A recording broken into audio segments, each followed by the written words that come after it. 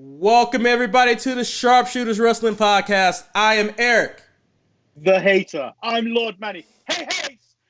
Ho ho! I am Marcus the Great! And if you look right next to me as I'm pointing, we are joined by Lumberchat alumni LuchaDork. Pop, pop! There we go. Pop, pop, pop! Woo! Wow. I mean, you guys and your pops. I mean, I'm a little jealous, but I only show up once a week, so I only work once a week because I am the talent. He does it on the show as well. Huh? Oh. Well, I just want to. I gotta be a hater. I gotta pay attention to chat. That's why. No, I'm not. Their schedule. There's nobody in the chat right now. So LuchaDork, how are you doing today? I'm doing fantastic. I actually watched all of wrestling this week. All of it. Dark. Oh, 205. what up, Savannah Ryder? We have a female watcher. I've never had that before, but all right, gang. Gang. Gang, gang. No. We're not going that route. What? You not gonna throw up your set? You can throw it up. Huh? No. I claim multiple sets depending on which location I'm in, so I don't want people to get confused on who I'm banging on. Okay. I thought you didn't want people to get confused who you banging with. Okay. I'm banging on a lot of things. But with that being said, LuchaDork, you said you watched all of wrestling this week. How did that make you feel? Years. So what do you do when we're talking about stuff you haven't watched? Oh, I catch clips. I just never watched it all fully because at this point it's about 10 hours of wrestling a week, man. It's heavy. I love wrestling, but shit. No, it's hard. It's really hard. And I told myself, with the Good Brothers going to Impact, I'm going to watch Impact. Oh, hell no. I was like, I barely make it through Raw. I do get excited for Wednesdays for Dynamite versus NXT because I know that's what everybody's going to argue about. And then SmackDown is such a crapshoot. You don't know what type of show you're going to get. No, that's why I'm being asked who I'm banging. Well, Manny, Manny, who are you banging? You gotta put up who you banging. No, I don't. I'm a distinguished gentleman. Oh, wow. Kiss and tell. Wow. Hold on. Let me break out the list. It's all on paper here. I'm banging. I am not a gentleman, guys. The whole world knows. No, the true not gentleman is Ryan, whatever he's at right now. He's probably someplace getting to something he shouldn't be getting into. He's in his room, I believe. But Ryan is such a distinguished gentleman. Hopefully none of one of his so-called freaks are listening. But he's to the point where he says one of his ringtones is the blowjob sound for this one girl. It's just guac, guac, guac. Wow. That's the kind of gentleman he is. Wow. Marcus, I want to let you know something right there. Mark, I think you just broke the guy code. I don't think you're supposed to let someone know if they're listening to the show that's their lady that's listening to this show. Ryan don't listen to the show. He don't even listen to the show. However, if you do listen to the show, tweet the Sharpshooters Wrestling Podcast account and just make note of that. Well, Marcus, Ryan is a reincarnation of your father. What can I say? My father's a dead yet. Well, I really don't have any. Is there any type of subject that we want to talk about before we start talking about the TV shows? Because I don't have a news story this week. I didn't care. It was like nothing that really stood out to me. Do you want to talk about the release of all the AEW talent? Okay. Do you remember who were released, Marcus? Let's go. Let's see what I got. There's T-Hawk. Who is T-Hawk? That was SEMA's tag team partner. Remember when AEW first started? Oh, because I thought T-Hawk was Warhorse. Because what I saw, we kept calling him T-Hawk because he looked like the guy from Street Fighter. And then what's funny also, if you guys realize about Warhorse, of all the people who fought Cody from the outside, he's the only one who was not offered a contract. He didn't become All Elite afterwards, with good reason. But you got Jimmy Havoc. Presley. No, I was gonna save him for last. Oh, why? Because he's Camden's own. Oh, he's Camden's own. We gotta talk about Jimmy. Bea Priestley. Okay. And then some lady I don't know and never seen. I would say her Sadie Sabu. I don't know her. It's Sadie something. Oh, girl, Sadie. I don't know. Whatever her name is, whatever. She's gone. I don't remember her anyway. But your boy, Eric, a person that you, in time, grew to love, Jimmy Havoc, has been released from All Elite Wrestling. You hated this man to start. Thought you could make no money with him. Then he teamed up with Superbad Kip Sabian, and Penelope Ford. And you were like, that's my set, till him getting allegations, to him being fired. Very discreetly. How does that make you feel? That all your wrestlers in the end are scumbags. All the ones you like. Well, Marcus, I appreciate you first and foremost throwing it to me the way that you just threw it to me, brother. And let me just tell you right quick. I do support scumbags. I realized that since day one. I do support and you know, it's nothing I can do about that. I make bad choices in life. I support people who I shouldn't support. But at the end of the day, when the allegations come out, I say bye-bye, baby, just like the song, bye-bye-bye. So, you know, Jimmy Havoc, Kip Sabian, Penelope Cruz. Penelope Ford, not Penelope Cruz. They had a good run, and I thought they could be a tag team. But however, AEW has too many tag teams, so good riddance to Jimmy Havoc. Now I'm gonna turn it down here to down there to Manny. Manny, Jimmy Havoc. He's a fellow Englishman. You didn't like him either. Are you sad to see him go? I didn't dislike him. I think I was on board with him for a while, but then you got to support the Englishman occasionally. Now that a good proportion have allegations, you can't really support people like that. Now, El Luchadork, I turn to you because I know you said that you watch wrestling, all of the wrestling this week. Do you normally watch AEW or do you not watch AEW? Oh, I'm a big supporter. I think WWE needs somebody trying to hold their feet to the fire so that they'll make better product. So does Jimmy Havoc being let go from AEW, does that disappoint you or? No, man. There's too much talent there, dude. You got to find something to do with Cage and Murder Hawk and Zachariah Ryder and too many guys. And he's just, I don't know, dude. He looks like a broke down, beat up old man. He did look pretty decrepit. Now, Marcus, I'm going to ask a different question to you because you asked me a question. You mentioned that 2 female wrestlers were released from like AEW. Yeah, I'm doing that way. You know, baby, that's what I do. Like that, that's then, how baby. we going to do it. Do it like that, so, back and forth. You going to ask me a question, I'm going to ask you a hard question. Okay, so AEW released 2 female wrestlers. With the current crop of their female roster, was this a wise move to let them go? I'm assuming they had other reasons why they were released. I'm not in their backstage ear. My name isn't Dave Meltzer, so I'm not going to make anything up. So I'm simply going to say, I'm assuming business-wise it made sense. If one, you probably saved money. They probably weren't enjoying their spot, that they weren't being featured. They probably weren't entering that women's tournament. They may have been upset about that. Who knows? But I'm assuming they made the right decision by releasing these women. I don't know. Okay. That's fair. I guess another big thing that happened this week, since we're going to stick with Wednesday night, is that I know you guys touched on it at the Untitled Manny and Marcus show, which airs on Tuesdays and Thursdays on the DSPN YouTube network.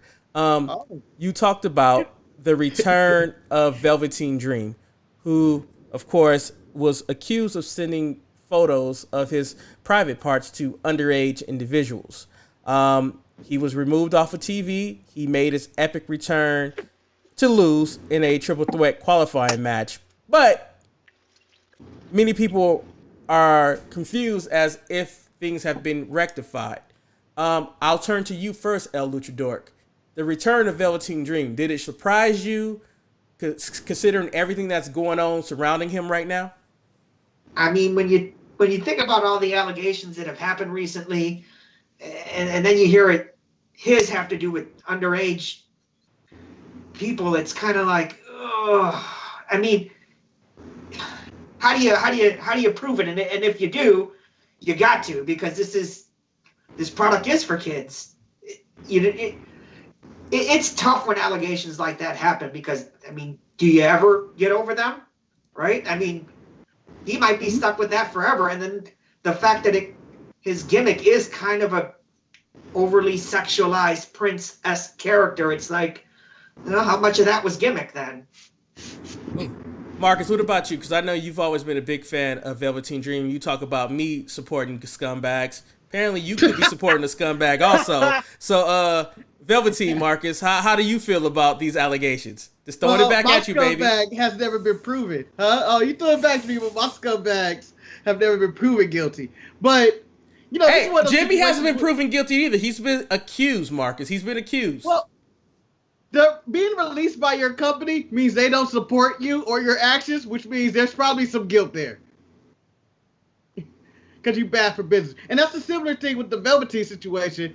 I don't know what happened. Like, I don't think no one has the real answer currently other than Velveteen and the minor who he sent his pictures or whatever to. No one actually knows the truth right now. But I am confident in saying that a company that is publicly traded, and Vince McMahon being a ruthless businessman he is, and him, and I'm going to say it, not really the biggest fan of black wrestlers anyway. Oh, wow. I don't think he will put his neck out on the limb for the Velveteen Dream. And unless there was nothing there. So I'm assuming stuff may have been cleared up because I don't think this is the wrestler you go out to the limb for, in which he's already got heat in the back. He's has that, I guess, car accident, punching window, whatever the hell's going on with that. And it's a lot of things carried with him. And I feel like they did, I think they did whatever due diligence they could do to be like, hey, did you do it? And, you know, and it's like, hey, no. And there's not enough evidence to say he did do it. So that's why I think that, in my thing, I think he's innocent. Am I right? I might be wrong. Who knows? But that's why I feel, that's my take on the thing. All right. And Manny, what about you? Marcus has already given him the presumption of innocence where he's saying that he thinks Velveteen is... Marcus, I will point out in the court of law that is the right thing to do. You need to presume that the person who's been charged with a crime is innocent until proven guilty.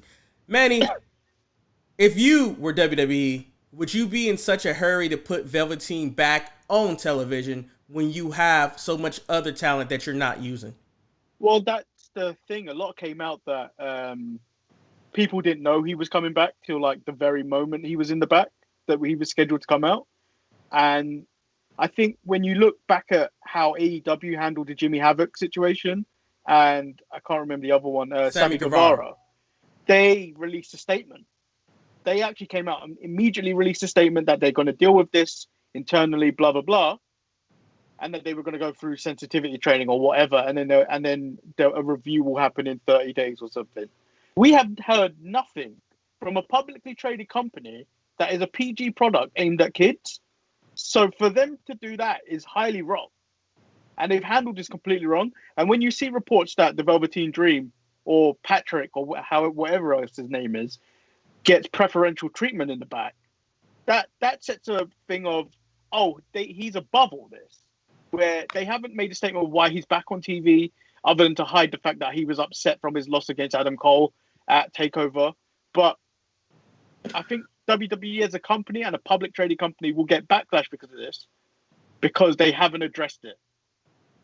I think because they're a publicly traded company, they can't address it.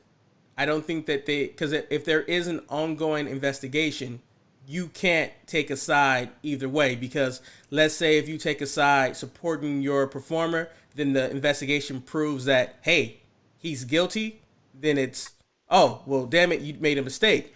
And let's say you take a side supporting the victim, and then the allegations come out. If my memory serves me correct, and of course, you know, Manny, I'm a boomer, so my memory is quite questionable. Your memory is shaky. When Enzo got caught up in this situation where he was accused of these allegations, I don't believe WWE commented on his situation either. They pulled him. They did their due diligence. That he appeared on TV. That he pissed some people off in the back. That he got fired again. I think it's a very, very slippery slope because I believe he got fired when he showed up to that Raw. I think he was fired immediately when he showed up. Enzo was probably not the best person to comment in regards to the situation, but I know that the alleged victim was on Twitter talking about, hey, WWE has never reached out to me and they have never did anything. And from my understanding in like the research of investigations, victims are not really supposed to be commenting on stuff if there's an ongoing investigation. So it does come across that possibly this person is vying for attention, because the accusations is that he sent pictures to this minor.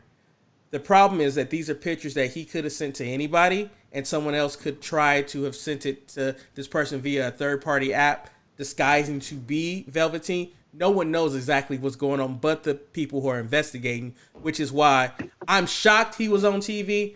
I probably wouldn't have put him back on television until everything was straightened out. I don't get that situation, because, like, why would WWE contact them? Surely they'd be working with the authorities if it was being investigated. That's what made me a little bit apprehensive about the gripes that the alleged victim was given. It's like, they haven't contacted me, and it's like, they wouldn't be contacting you. They have no reason to talk to you, because, like, for example, let's say I got charged with something. My employer will not be contacting the victim like, hey, do you really think that this person did it? I just think that it's a very slippery slope. I don't know what to say. Hopefully, so it sounds like they're looking for a payout. It could be a settlement, and sometimes settlements happen. You just never know what could happen. But like I said, you have to be very careful with what you say, because for all we know, the alleged victim could hear the comments that I've made, and next thing you know, he's attacking the Sharpshooters. So, like I hope so.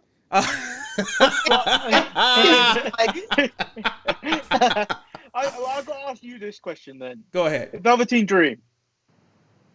Is there any way that he can uncancel himself at this moment in time?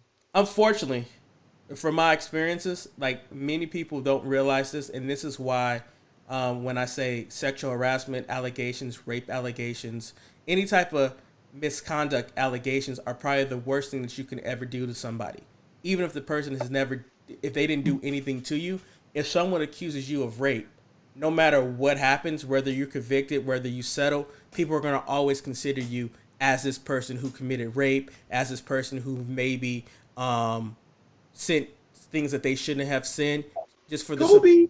Yeah, exactly. Because people, even with Kobe, even through his when his untimely death, people still brought up, well, he's a rapist, but he was never convicted, and they reached a settlement. So it's just, allegations are very, very hard to deal with, and you would never want to be accused of anything because it's hard to clear your name. It's really hard. And I mean, don't you have to assume, though, that WWE did their work, because they don't want another Benoit situation where you have the guy a whole show and now they are trying to erase him forever. Right? Yeah, you have to assume that, but with WWE, it's hard to assume anything because you don't know what their checks and balances are. You know, Vince is a wild card. Yeah, so it's like one of those things that maybe Velveteen is going to be on this show. Maybe Velveteen will be on next week to fight Finn.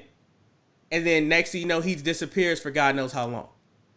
I don't know if they just had a void that they needed to fill. It doesn't make any sense that this is the type of controversy that you want to create.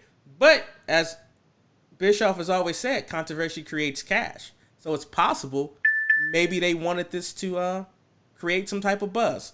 I don't know. I wouldn't want it. That's just me. That's the interesting angle you put there, Eric. That we're gonna put the rapist. I mean, not the rapist, the pedophile on TV for the buzz. But no. I mean, that's a dark way to go. It's a dark way to go, but you'll be surprised at how many media companies take controversy and they try to make money off of it. So that's the news. That's the news. But here's another question, and I think why this is so controversial and what people aren't understanding is the similar accusations were made against Matt Riddle, who showed up on SmackDown, was pulled for like maybe a week, and then brought back, and then but he kept going out making videos and talking about this, and then releasing statements and stuff. Like, it was handled completely different. It seemed like Velveteen was just thrown out to the wolves, and then he was deleting his Twitter, and stuff is happening, and now he's back. And I think that's where the difference and the contrast is of how this is being handled. Like Manny said, it's being handled really poorly.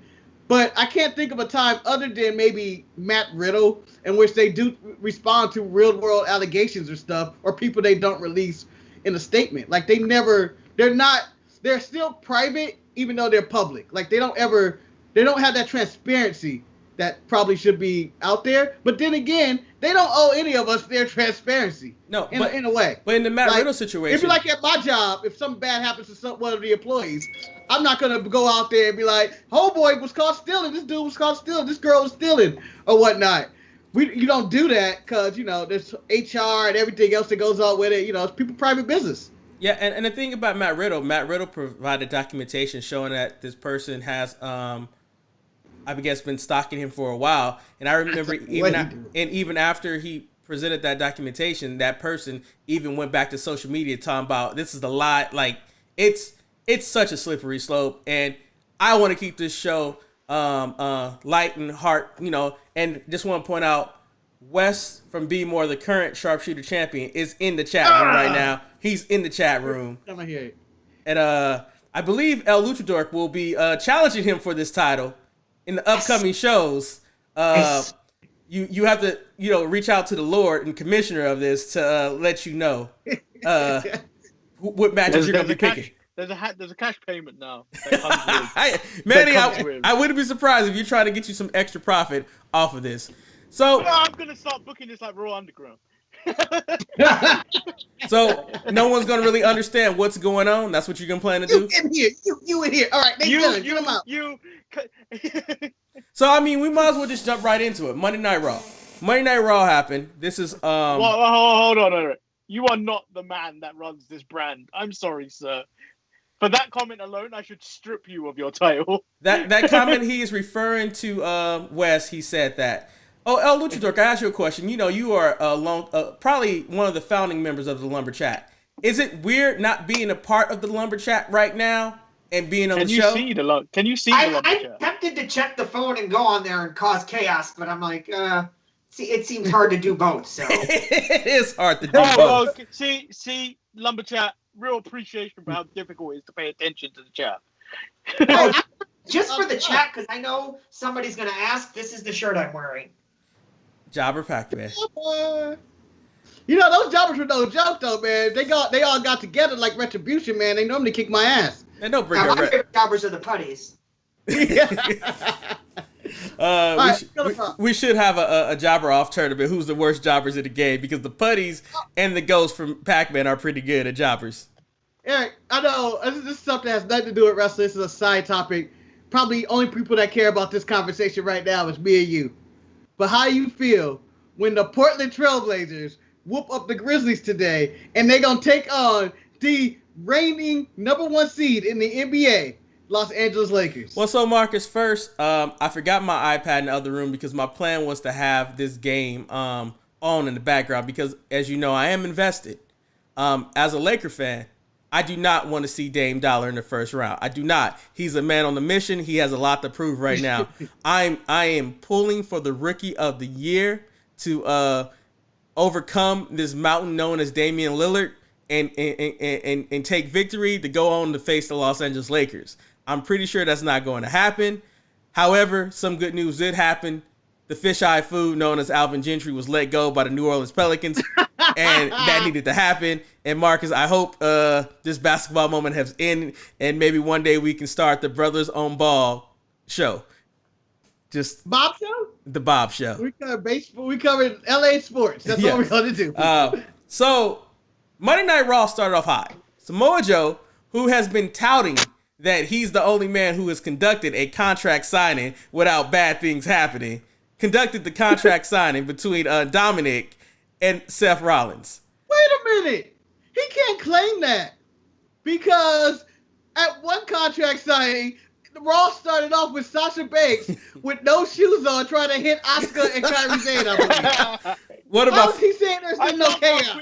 I also love how quickly Sasha just removes those shoes ready to fight. She's ratchet. No, so she's ratchet. Just like her and Bianca are the same ratchet level, except they have different techniques. Sasha's ratchetness, she kicks off her shoes and she's ready to fight. Bianca's ratchetness, she wants to take off her earrings and she's ready to fight. So it's, it's ratchet level at all times, like over 9,000. All I gotta say is that I guess Dominic had to earn his SummerSlam match, and oh boy, did he earn this SummerSlam match. I turn to you. LuchaDork, you're clapping. Do you think he earned his spot at SummerSlam with that ass whooping that he took? I'll tell you this. I'm sure there's a lot of people backstage that are pissed. Like, this kid, because his dad's Rey Mysterio, is getting a SummerSlam match against Seth Rollins. So I'm sure some of those kendo sticks were like, okay, you didn't take your bumps in NXT. You didn't take your bumps in the Indies. Here's a little bit. Take it. He took it like a man, too. Now, Manny, I'm going to turn to you because, like, normally I would be really upset when you, like, a guy, he hasn't paid his dues and he's getting a SummerSlam billing. But for whatever reason, I'm intrigued by the Dominic versus Seth Rollins match. Is it because maybe I'm invested into the storyline, or how do you feel about this match? I'm looking forward to it. I felt really uncomfortable watching him get whipped by those canes. almost as uncomfortable as I was telling Marcus of when Cody was getting whipped. And then everyone came out to come and support Cody, but no one came out to help Dominic. Everyone just stood there and watched that. Even Samoa Joe. Even Samoa Joe, who was championing him, just sat there and let it happen. Raw was a show of where no one decided to run in except Drew McIntyre at the very last minute. Yeah, there was nobody. There was no fucks given about anybody. Everybody concerned about their own business and really enforcing themselves in social distancing. So when he was getting his ass lashed up with them kendo sticks, I was like, oh man. And then they start hitting him in his nipple and his chest and his back and tying him on the rope. I mean, if that was a black man, I would have been even more uncomfortable. But as him being the brakes off his ass. Yeah, that was the biggest ass whooping I may have ever seen in a wrestling ring of someone just getting lit up. We also got a return in this segment. Did you notice the return? The return of Seth Rollins' evil laugh. Well, Seth was doing his work. Like, they were doing work, not only swinging at Dominic, but him talking shit in the camera was like, you looking at this, Ray? You looking at this, Ray? How you like this, Ray? With your one eye. Look at this with your one eye that I took from you. And I'm like, man, this dude is being a villain. And this may have been my favorite Seth Rollins. This, to me, is his CM Punk birthday song to Rey Mysterio's kid. Shockingly, was it Rey Mysterio? Damn it, everything happens to Rey Mysterio. Yeah.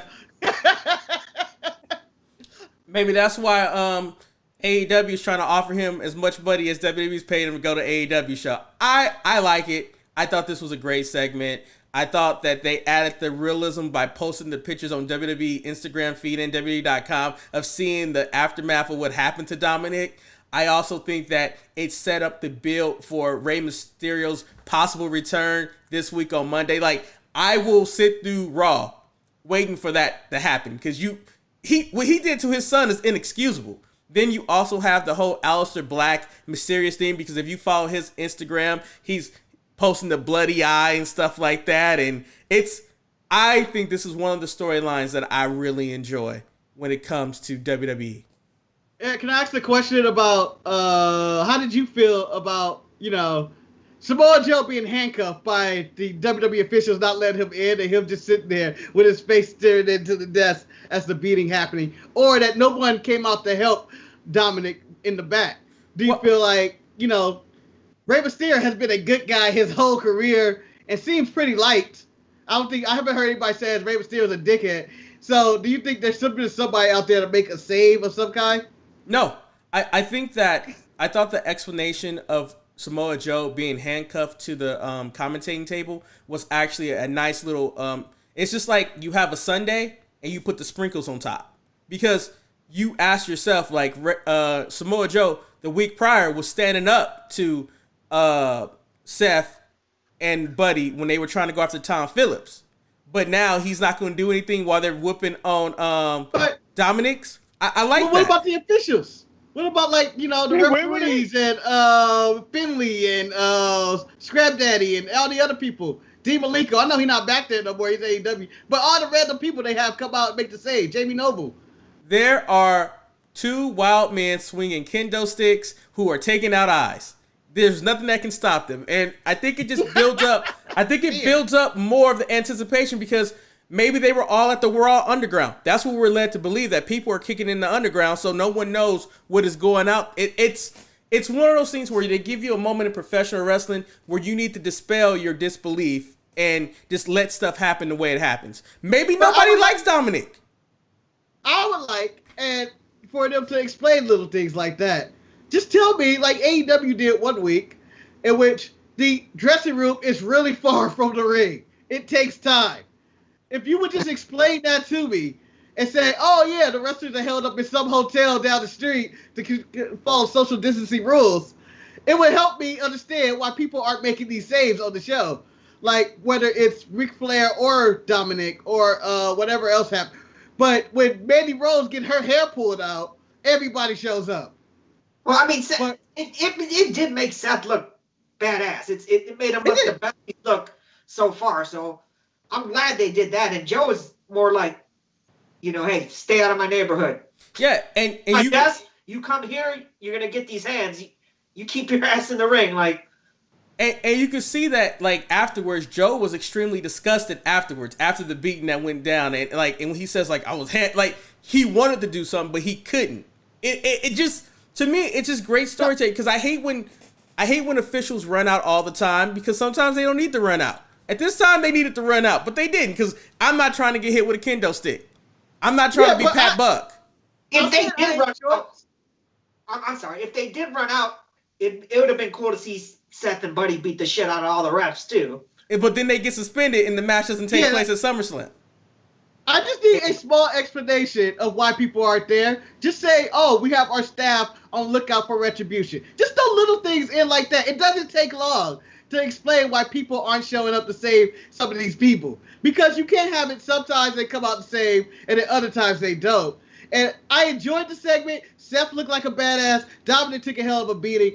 But I thought it could be made better by like someone just going with a little line. We're concerned about retribution or people stuck in the underground or stuff like that. So officials are distracted and why they're not running out to make these saves. But Marcus, at that point though, I think that it tells me that you understand what was going on. You knew that retribution is evading. We even had a little bit of flickering lights during their segment. I think at that point you could assume that they were occupied with other things. So I'm okay with this. I don't need people. But when you assume, I know, but when you assume, you make an ass out of you and me. I just wanted to use that line. Well, speaking of assuming, Bianca Belair is still champion. That Zelina Vega poisoned her man.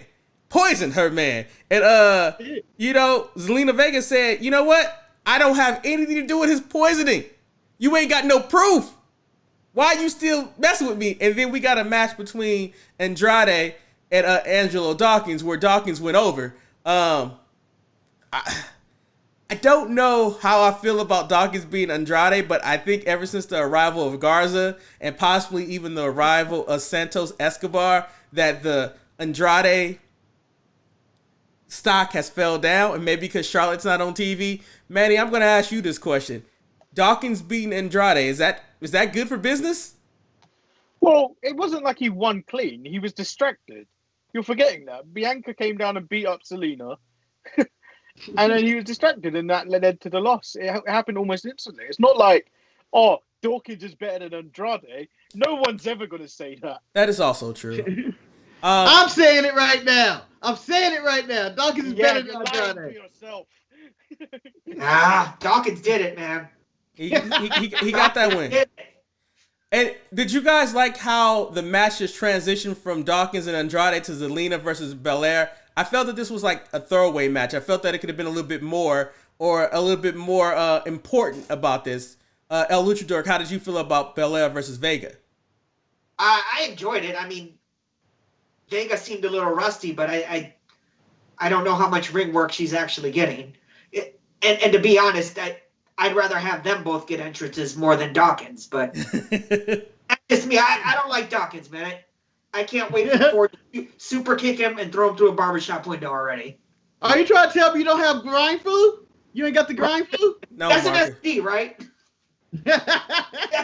Grind flu's an STD, right? Like it feels like that's it. What you get in strip clubs from lap dances. Like, you get the grind flu. I never, like, I just... they're a fun tag team, but man, I can't wait for Ford to go solo. Yeah, I know it's probably years from now, but it's gonna be awesome. Black Shawn. I got it by the draft, man. By the draft, they're done. Who you throwing it to, Eric? I'm sorry, I interrupted. It's your turn, Mark. You get to take it home. I didn't take it. I don't think Manny said anything. He did. I started with him first, Marcus. Oh, I have nothing to say on the matter. Okay. No, just like I thought it was a good showing. I thought both people played their roles well. It was just like Selena, who may be innocent, who declared her innocent throughout this match, really sold well, and Bianca looked like a monster just tearing through her. But Dawkins still looked tired after the match. I don't understand why he was still tired. Always looks tired. He was tired after his match with Andrade, and I was like, he had at least 20 minutes to catch his breath. Let me defend Dawkins in the situation. He just had a newborn baby, so he might be a little tired. Plus, Wes. No, you're a WWE superstar. You're getting paid that money. That is not defend. And Wes says put some respect on Angelo's name. That's what he wants everyone to know. I'm like, okay. I don't know. Fam. Nah, fam. So, you the Marty Jannetty. So Marty Jannetty. I'm not dressing for you. So speaking of fam, a moment that I'm very confused about, because at the end of the previous episode of Raw, the Hurt Business looked like they had took over the Underground. Instead, this week, they're not even associated with the Underground. They come out to the ring and they have an exchange with Apollo Crews where, Apollo Crews, I thought he did a fairly decent job on the microphone as he destroyed the VIP lounge. Marcus, I'm turning to you. The interaction between MVP, the Hurt Business, and Apollo Crews, how did you feel about that? Well, I think Apollo's getting a lot better on the mic. Even though I still would rather him join the Hurt Business than be opposed to him. I thought everything was fine in the segment. Not looking forward to the match of MVP and Apollo again. I've seen it. MVP shouldn't probably be wrestling. He's really slow and old. Wow. And I'd rather see Bobby and Apollo at least wrestle for it. Because that seems like that's where they're building to. I don't understand why MVP is the contender. So, Manny, after their altercation and their verbal spout, it led to a match between Apollo Crews and Shelton Benjamin. No, you're forgetting one thing, Eric. I didn't care about the promo. He threw a fucking sofa. He threw the couch! Okay. He throws a couch. Like, Apollo gets major points here.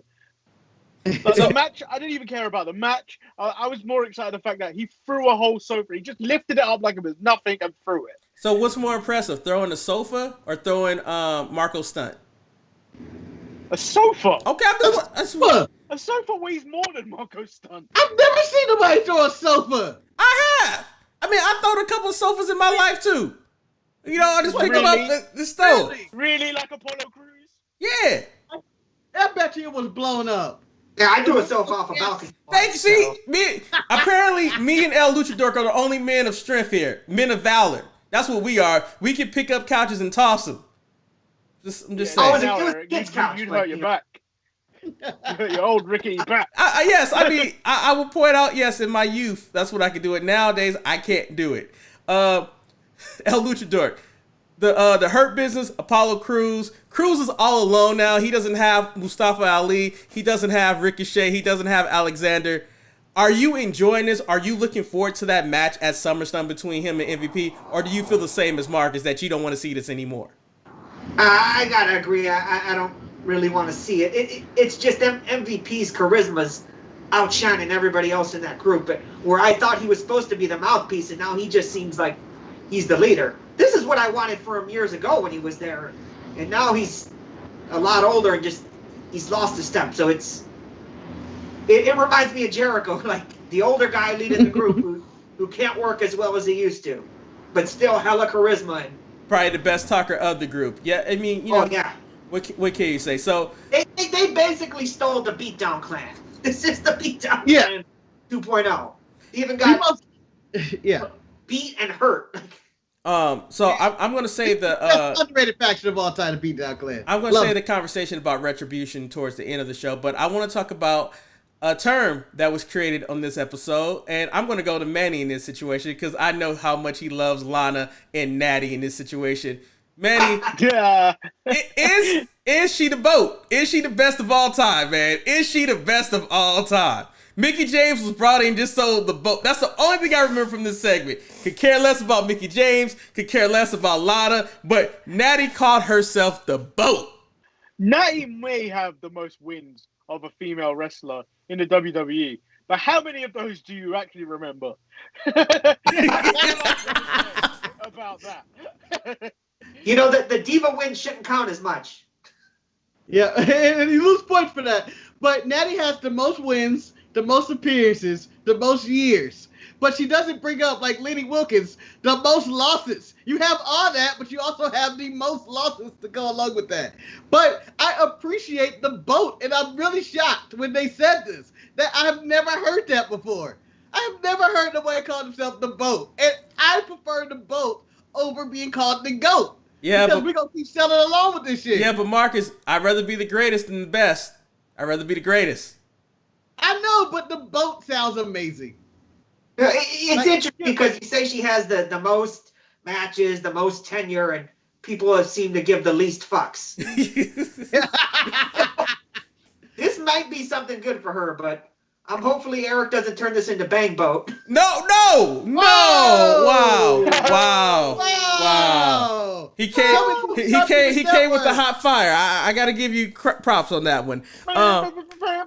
Marcus, I want to ask you this. I'm going to ask you this question, Marcus. Are you disappointed that the term in reference boat was used on Natty? Would you prefer for it to be give it to somebody else to make it more profitable? I would not put it on a different person. Give it to Natty. Give it to Natty. Let Natty run it. Natty ain't never had nothing to ever work with her in her life. There's nothing that works with Natty. And I feel like, for some reason, this Lana Natty Perry could be the best thing to happen in her career. Now, to be fair, the only person other than these two using the term boat, I would have presumed it would be something stupid that Bailey would have said by now. Yeah, I can see Bailey doing that. Now, since El LuchaDork wants to have me maybe possibly create the Bang Boat, I'm gonna give him one of the hardest questions. You need to explain to me why we had to sit through Akira Tozawa, his ninjas, going against the Viking Raiders, Ricochet, and Cedric Alexander being all teamed up with each other. Why did this have to take place? I have just one idea why, and I think it was it Eric or Ivar wearing the Prophet Raiders shirt? I think maybe they're hinting at them being the ones who poison Street Profits. But other than that, just, I guess, to waste time. Huh. And you got to stop with the ninjas. They look like Retribution. I kind of thought once Retribution showed up, we wouldn't see the ninjas anymore, but apparently that is not. Hey, you got to let Tozawa get paid, man. I want Tozawa to get paid. Stop putting Asian people down. It's confusing. I said, fuck, Naomi deserves better. We need to get Otozawa deserves better. He doesn't need to be in this ninja gimmick. Like, it was fine the first time. I was okay with it. I enjoyed the silliness that it brought for, like, the first 2 weeks. But I didn't think it would be stuck in this time loop of being this ninja warrior thing. And it's making me sick each time I see it. I go, that's Akira Tozawa. He's really good. I tell you what, though, when we look back in time, none of us are going to remember Akira Tozawa for what he can do. We're going to remember him for this because we always remember shitty gimmicks. and ironically, he's getting on TV and he's actually playing something that's memorable because he was part of R-Truth being his partner who convinced him to get off the ropes, and then R-Truth contacted Leon's rough girlfriend. And he scored the pin and got his 24/7 championship back. He's like the 55th champion again? I don't even know anymore. 38.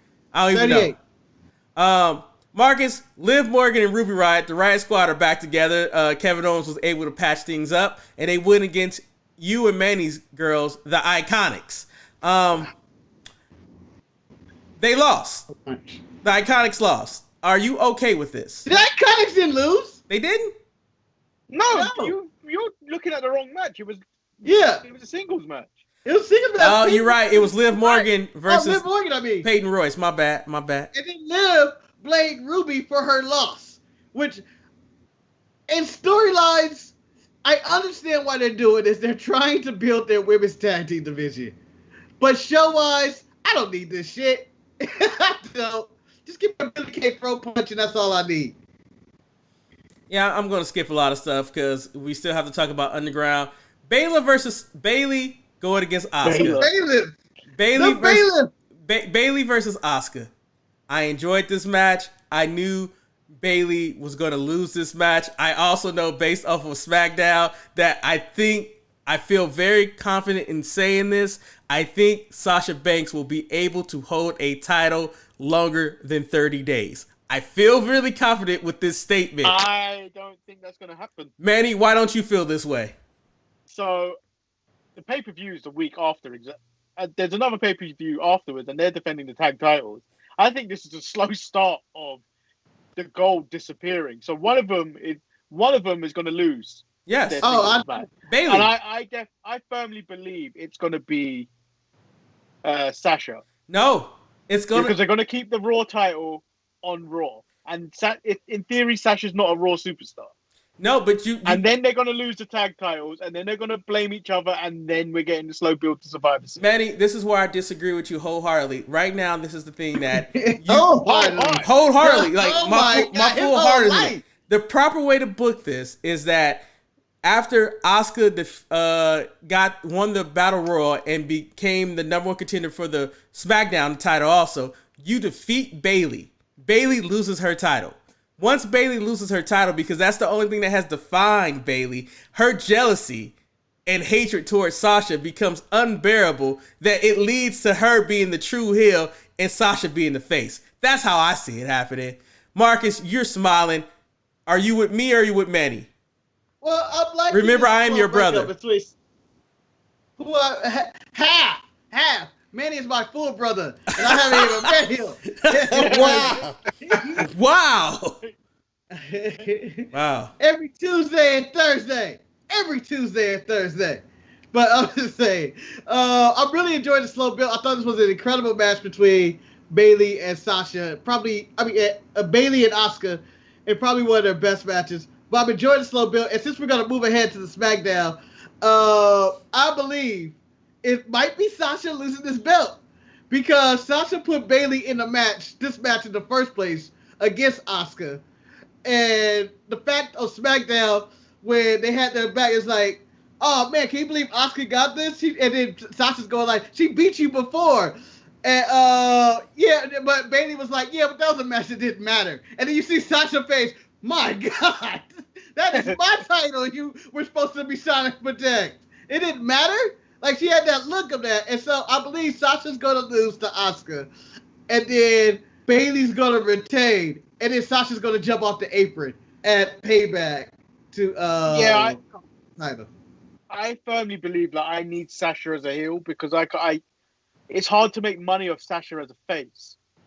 Well, the only person who has something on the line with this pick will be LuchaDork, because he will be challenging West for this. So, who do you think is going to keep the title? Sasha? No, don't make your picks now. Just you've got a whole week to make your picks, so don't make your picks now. But he's on the that is the date of SummerSlam. I'll say this. I think whoever faces her first is going to lose, and then whoever faces her second is going to defend. So I don't know what the matchup card's going to look like, but whoever gets her first. But it would be nice for Sasha to keep the belt for more than 30 days. Jeez. It would be. It's not happening. Just a note for the Sharpshooters title. Picks in by Friday at latest. I got you. Because matches are going to include TakeOver. So picks in by Friday. I just wish that...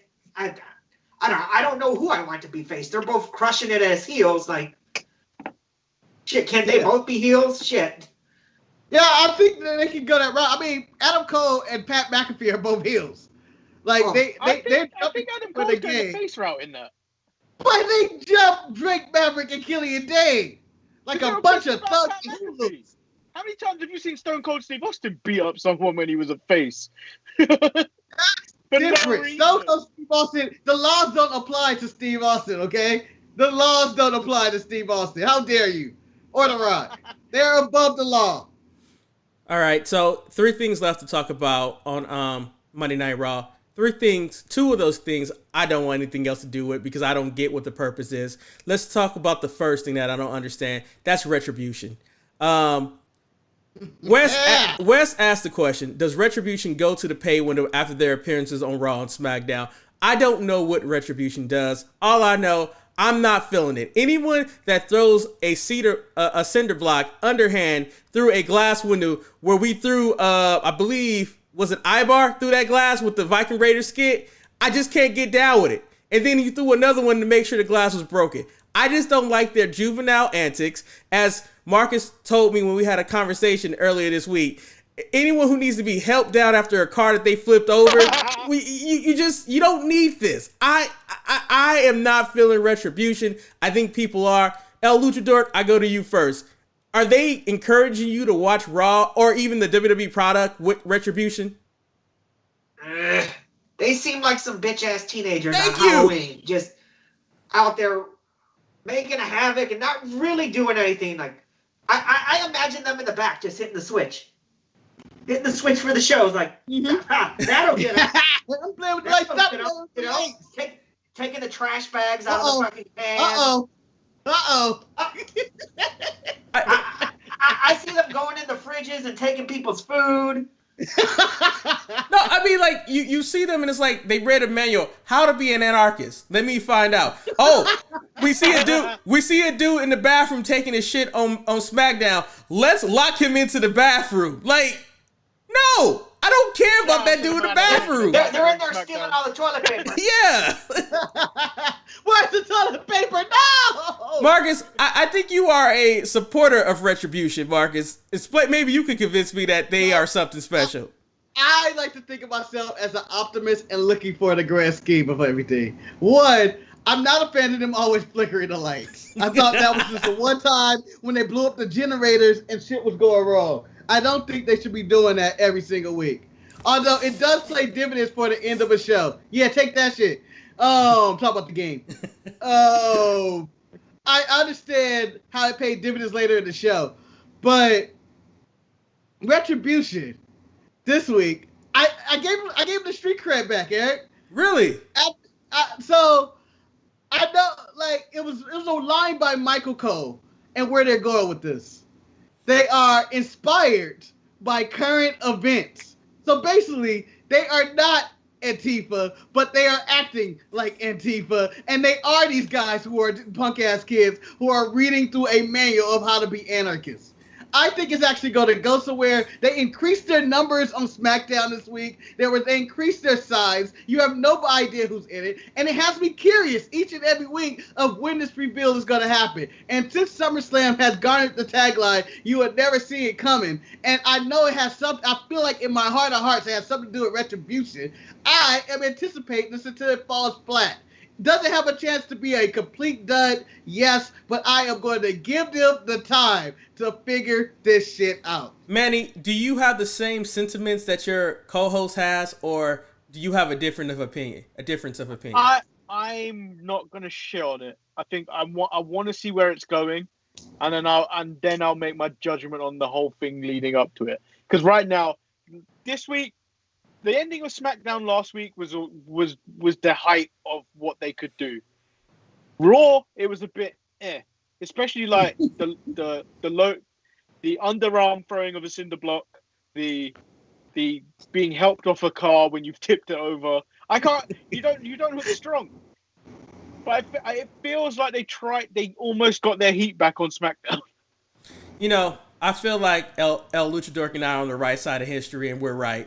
They suck. So I was okay with being right. I'm just saying they jumped Biggie and Morrison, and then they were still fine enough to go out and have a match. Yeah, I mean, like, that's a weak ass beatdown. Like what? Because I watched SmackDown because I got home and SmackDown was on, so I go in the last hour and I see like Big E and Morrison having this match. And I'm like, oh, all right. Then when I go back and watch the first hour, I find out that this match was starting to show off, but Retribution came in. And it's like they shouldn't be fighting right now. Like if this is a badass group.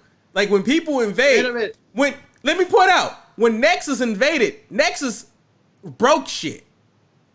Like, wait a minute. Daniel Bryan choked out. They broke Braxton's heart. She was just trembling in the corner. Yeah. Marcus, Daniel Bryan choked out Justin Roberts. No, that shot Cena trying to dig out of the group, man, and them pulling him back in. Yeah. That That's here's my thing.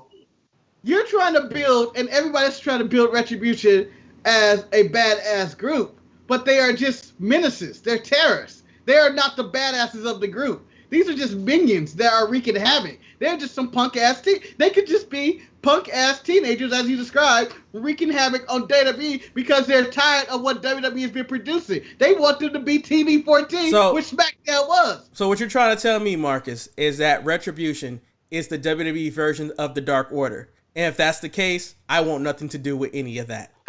To be fair, they've done way more than the Dark Order have already. As a group, they've succeeded the Dark Order. I just want to point out, WWE... Oh, man, Dark Order abducted what's-her-face, Anna Jay. They abducted her and made them one of her own. So that's different. With that being said, WWE is asking me... One more thing about Retribution. Why, Marcus, why? Remember, this is, if I'm a Republican, Eric. Oh, Jesus, here we go. I am a Trump supporter, and I am Donald J. Trump, and this is Portland. Right now, these rioters, these protesters are a bunch of punk-ass kids who are causing havoc all over my city. They are not protesting peacefully. That's what's going on here. That's the base they're trying to attend to right here. The people that see Antifa, as they're being called, or the protesters as a menace to the city. That these people one-on-one probably can't catch you, but as a group, they are wreaking havoc and need to be tear gassed. Yeah, but you see, wait, I can't hear myself. Can you guys hear me? Yes. Yeah. Why can't What's that? Shut up. Why? I can't hear you.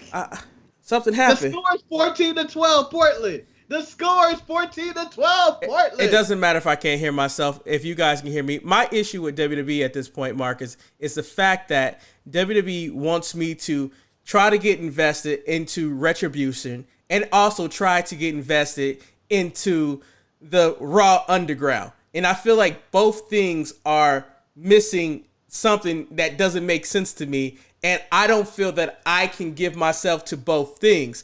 And I would rather give myself to Raw Underground in this situation instead of giving it monogamy. Huh? You can't get through two things. No, because two things I don't care about. Yeah, but how do you make it through all of AEW then? I stopped caring. See, that's how I make it through AEW. If I don't care, it's easier for me. When I do care, it becomes difficult. See, with WWE, I still care. I want them to be successful. However, they're making it hard for me. Manny, are you a fan of the Underground? Did you like to see Babatunde and Riddick Moss, who I still can't stand, and Shayna Baszler beat up people in the audience? I mean, I don't know what's going on. I told Marcus numerous times, I want Babatunde, or whatever, what's the other name he's going by? Dabba-Kato to be the next Umaga. And I want Shane McMahon to be his Alejandro Estrada. I forget his full name. Espirite. But El Luchador, we're gonna go to you since I don't know what happened to Eric. I think he's there. He looked like he froze on my screen. Oh no, he's moving again. But you're in the Underground right now. What is your perspective on Raw Underground? If I wanted to watch MMA, I'd watch MMA. Are you telling me that what I'm watching in the ring upstairs is actual wrestling, and what's happening in the basement is, Vince's son Shane just doing Shane shit? I'd like if this ends, if they decide to end it, I'd like Vince to just open the door and say, Shane, get the hell out of the basement. Tell your friends to get their shit, get the fuck out of my basement. I mean, that's what it feels like. COVID shit. And what is this petri dish you're creating of COVID? And I realized what happened is that the recording that I was doing in GarageBand, so I don't have to edit the show, ended abruptly. So now I have to go and edit the show. What do you even edit? I have to put all the individual tracks together and line them up, the audio tracks. So whatever, it's my problem. We're not here. It's so Eric's just talking about his laziness. Yes, it is. Eric, I'm going to jump. On a scale of 1 to Robert Gibson's lazy eye, how lazy are you? Fuck Robert Gibson. That's all I got to say. I was super excited to be on the show, knowing that Rock and Roll Express was on Dynamite. Eric's a Forrest Whitaker eye when it comes to that. That's how I'm saying he is with that. You guys really know how to ruin a good mood, but let's talk about something that was better. Hold on. I want to talk about the Underground. Oh, I thought you did already. No. I didn't get a chance to because you were feeling. I took over hosting duties because you messed up the whole show forever. You fucked it all up. Go ahead, Marcus. I know how you love the sound effects. Yeah. Anyway, I feel Raw Underground is doing exactly what it's supposed to do. I'm enjoying it. And yes, it may be fake MMA. You're wondering the difference between us. The rules aren't on in the Underground. There are no rope breaks. There are no real referees. You can do whatever you want. Dabba-Kato grabbed a man by his dick today. I was like, enjoy my dick flip, but it wasn't. But he grabbed him by his dick and he beat a man. You can't do that in the ring. That's an automatic disqualification. So there are differences to the show. They got rid of the dancing women, which lowered me and Manny views because I couldn't add in dancing women to our show. They hired our views. What are you talking about? I feel like maybe shout out to all the perverts that made our ratings. And it's just a different way of doing squash matches, I feel like. And until we get a real fight in the Underground, whether it's Lashley and Dabba-Kato or Ziggler and Shayna Baszler, whatever the case may be, until you get a real match there, you can't really judge it. I think they're doing a good job at setting the atmosphere of it, and everybody that I felt that stepped onto that platform/ring has looked like a star and a big deal. Everybody's looked like a monster. Shayna killed 3 women this week. Yeah, but it still doesn't click with me. I just don't get what the purpose is. It's because, like, there's no explanation. As Ken Shamrock said, if you want to make this look like a real shoot, give him a call. And I feel like they might need to pick up the phone and call Ken Shamrock. I just feel like it's a bunch of people rolling around with each other and not doing anything. And Chris wants to know, is that Mil Mascaras right here on the show? I don't think so. This is a Mil Mascaras match. Well, damn, it might be. I didn't even know. Well, I was waiting for the right time to ask about the mask. How are you doing under there? Oh, okay. I'm pretty cool. You sure about that? I taking the blazer off helped. No, because he done way better than me and you when we did it. Because we lasted, maybe 10 minutes? You 10 minutes, I gave up after 5 minutes. Because El LuchaDork is smart in this situation. A, he's going by El LuchaDork, and he's wearing his mask, so anything that he says can't be used against him because no one knows who that masked man is. It makes so much sense. Can't get canceled. I mean, he can't be canceled. It's like, what can you say? Speaking of getting canceled, Kevin Owens, Randy Orton. Who cares about the match? Who cares about the match? We need to talk about what happened after the match. Ric Flair is no more. Ric Flair and Randy Orton had an exchange of all exchanges where pretty much Randy just told Rick, I'm not your son. I will never be your son.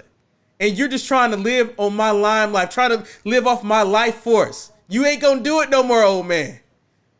Then Rick decided to tell us how he found God and how when he was in that coma, when he woke up, all he wanted to do was just wake up and tell the ones that he loved them. It made it seem like Randy gave a damn, but he didn't. He kicked him in the balls and then he putted him. I supported this wholeheartedly with Randy Orton taking out the trash that we need to get Ric Flair off TV. 71 years need to be off my TV. I'm happy. Manny, do you agree with me or do you disagree with me again? Well, I heard an interesting booking analogy on another show the other day. Another show? I don't think this is the end of. I don't think this is the end of Ric Flair, because they sold me on their theory. What if Randy controlled the lights, turn off the light, Rick isn't really hurt, and then we get a low blow to Drew McIntyre at SummerSlam. Haja! I don't need him to have a low blow to beat Drew McIntyre. I feel like Randy can beat Drew McIntyre by himself. You're forgetting Drew McIntyre defeated Brock Lesnar in 5 minutes and the Big Show in one night. You know, Marcus, I'm gonna let you finish, but I'm gonna turn to El LuchaDork first to see how he feels about Randy Owens and Ric Flair in this situation. I agree. Owens, and I was about to judge you so bad. I don't think we needed the match, but you know, with Rona running wild in Florida, Flair needs to stay his ass home. He does. Trying to get a tribute show because Flair gets the Rona because his old ass needs to be in the limelight still. Sit your ass home, Flair. Jeez. I mean, just because Tully and Arn is on TV don't mean that you need to be on TV too. Marcus. Tully's the Their baddest old dude ass on home the too. planet. Like, I'm just saying if Flair gets it and dies, like, we're all gonna be like, he didn't need to be there. Yeah. But, I mean, it's Ric Flair, right? He's gonna do what he's gonna do. So, shit, you know, like 70 years he's been being Ric Flair and crazy as shit and spreading that Ric Flair drip everywhere he goes. So, I mean, his wife got COVID. His wife got COVID. Ric Flair has not got COVID from it. That's why he's not staying home. That's why he's like, I gotta be here. She got COVID. Because Ric Flair can't die. He ain't gonna flare flop to the COVID. He's 100% immune to everything. Ric Flair doesn't die. Matt Hardy is a liar. Ric Flair doesn't die. That's 71 years of doing everything possible to die, and this fool hasn't died. But, Vince McMahon showed up to show. I don't agree with the theory that this was a setup for Randy to trick Drew in the end and have that swerve ending. I think it takes away from that moment. I feel like that was the perfect moment, and if I never saw Ric Flair on the TV again, that would be the way I would want my Ric Flair throughout the years to go out. He was the dirtiest player in the game. He somehow found guidance on the light. He tried to clutch on somebody to keep that stardom, but in the end, everything set him up for him to get hit in the nuts, just like he hit Christian in the nuts. Like, it was total irony, and he got punted off my TV. And I believe, in my true theory, Retribution was only created for this moment and the flickering of the lights. They needed an excuse for somebody to flicker on the lights so Ric Flair could take a punt kick. And they achieved this. And I thought it was massive, whatever, I can't say the word. Pure artistry that they pulled this off. It was really good. I bravo this whole set. So, Mastery? Mastery. Yeah, I think I'll go with that. It's good storytelling in that, you had Drew saying, No one, you didn't teach me shit, Randy. And then you got Randy, who was taught by Flair, taking Flair out. So and Chris says in the chat room, next week, the Sharpshooters play tribute to the life of Flair dead in 2020. For that eulogy. Do you know what, Chris? You're going to feel like a real asshole if he does die this week. So I would retract that statement very quickly. I think Marcus would feel pretty bad, too, in that situation. But I feel okay with it. He did it to himself. I'm not retracting the damn thing. God damn it. It's not looking good. Fucking Portland. I'm gonna jump. I'm gonna jump to Friday, where no one has heard Marcus and Manny's opinion on this show. We're gonna talk about Friday Night SmackDown. Can I make one more comment about Ric Flair being assassinated? If I said you couldn't, you're gonna still make a comment. So I'm gonna say no, but you're gonna still do it. I'm done. Say la vie. Marcus, make your damn comment. I forgot it, to be honest. When you said that, it went whoop. All right, Kelly Bundy. Are you sure you forgot? Yeah. It's kind of there, but then it's kind of not. Here it is. It's back. It's fully like lightning hit it. So we just learned a very important lesson. Marcus doesn't like anybody to tell him no, because he forgets everything that he was going to do because he becomes such a ball of anger. He just wants to explode. And now he's silent.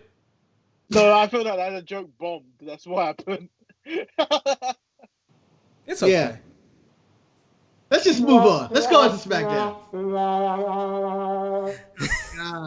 God. So SmackDown proved that it's a show where they ain't got no little bitches. They are all about fighting, because it started off with Retribution interrupting Big E and John Morrison, and then the stage that I like is when we go backstage. And once again, King Corbin, I don't understand why he thinks he needs to be the leader of anything, because he has proven that he can't lead anything, but he still threw his name in the hat to lead the charge against Retribution. Marcus, is King Corbin the man that you want leading the charge? One, I respect King Corbin a little bit more because he got rid of the cape. he got rid of the robe, the leather robe with the fur, and he came in dressed as a man in a suit with a scepter and a crown.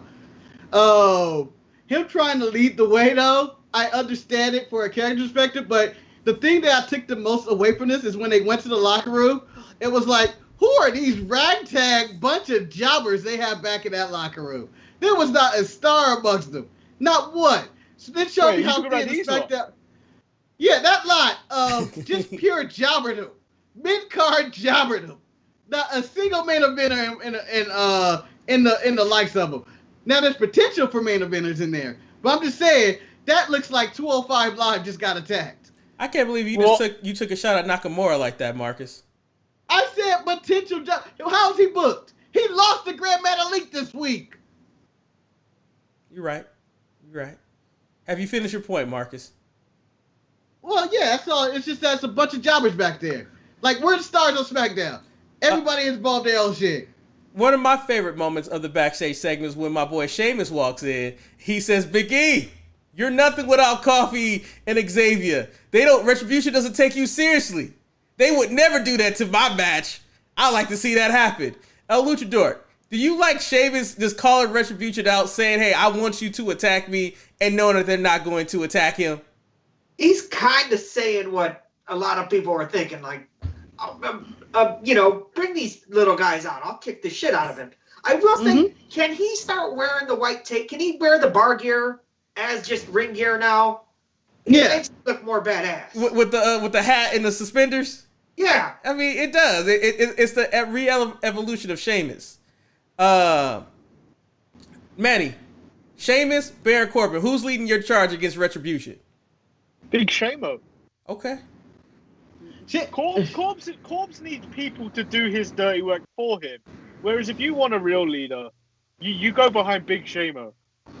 And the picture I just showed up earlier of Big E and then the collection of people behind him, where were they when this attack was happening? It's like they're all feeling sorry for Big E. Collection of pussies. Okay. Marcus, I have a question. Is your fan though? It is. Okay, I just wanted to make sure I thought it's fucking hot. I felt like we were in the wind tunnel. I just wanted to make sure that it was the fan and it wasn't the sound. So then just be glad he's putting on the fan. I've had so many shows of him where he's virtually dying. I can see it in his face, and there's no fan on, and I'm worried that he's gonna die on stream. And then I'm gonna have to make a call to you, Eric, whilst you're at work, to say Marcus has died on stream, and I can't turn the stream off.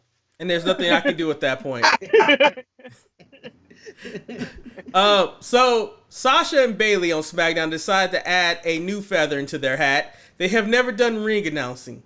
My biggest issue with this whole entire segment was this was a big moment in wrestling where you had all three brands being featured on the show, and they kind of made this a throwaway segment. I mean, it's not often that we get NXT, we get Raw, and we get SmackDown all on one show.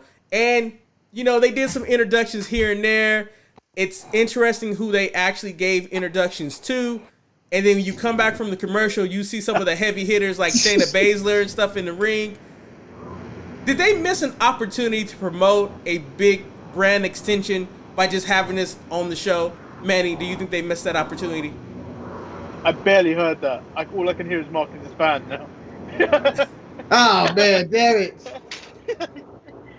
God damn you, fan. Man, Marcus also needs a haircut. Look at that side. Like, from the front of his head, it looked like his hair was, like, great. But he turned to the side. You need to shave that head, brother.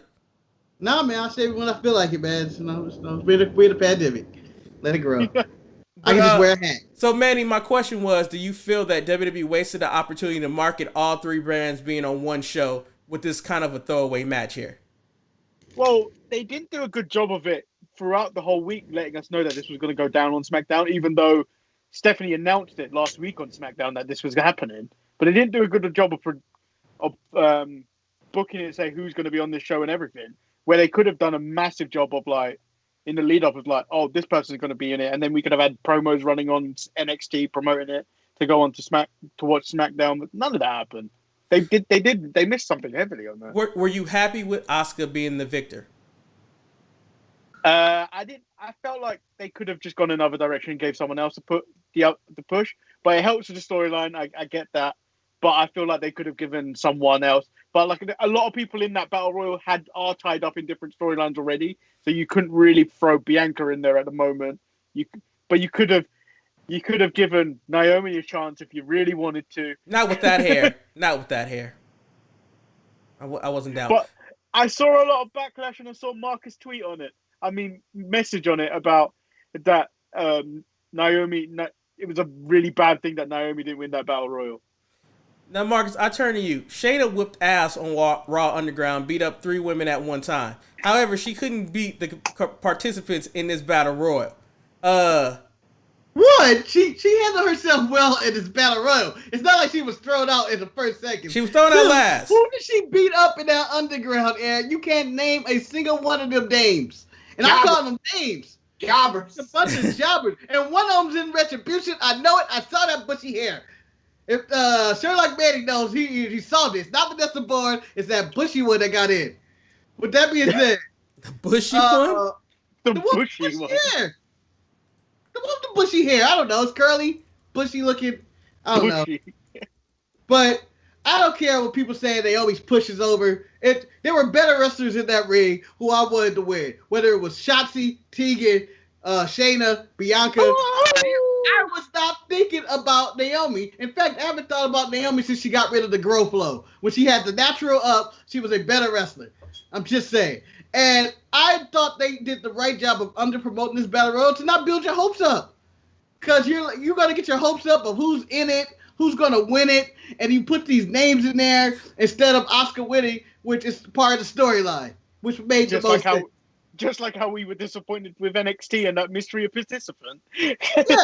Like, they didn't build your expectations of, let's say, a Ripley or EO may be in there or whoever.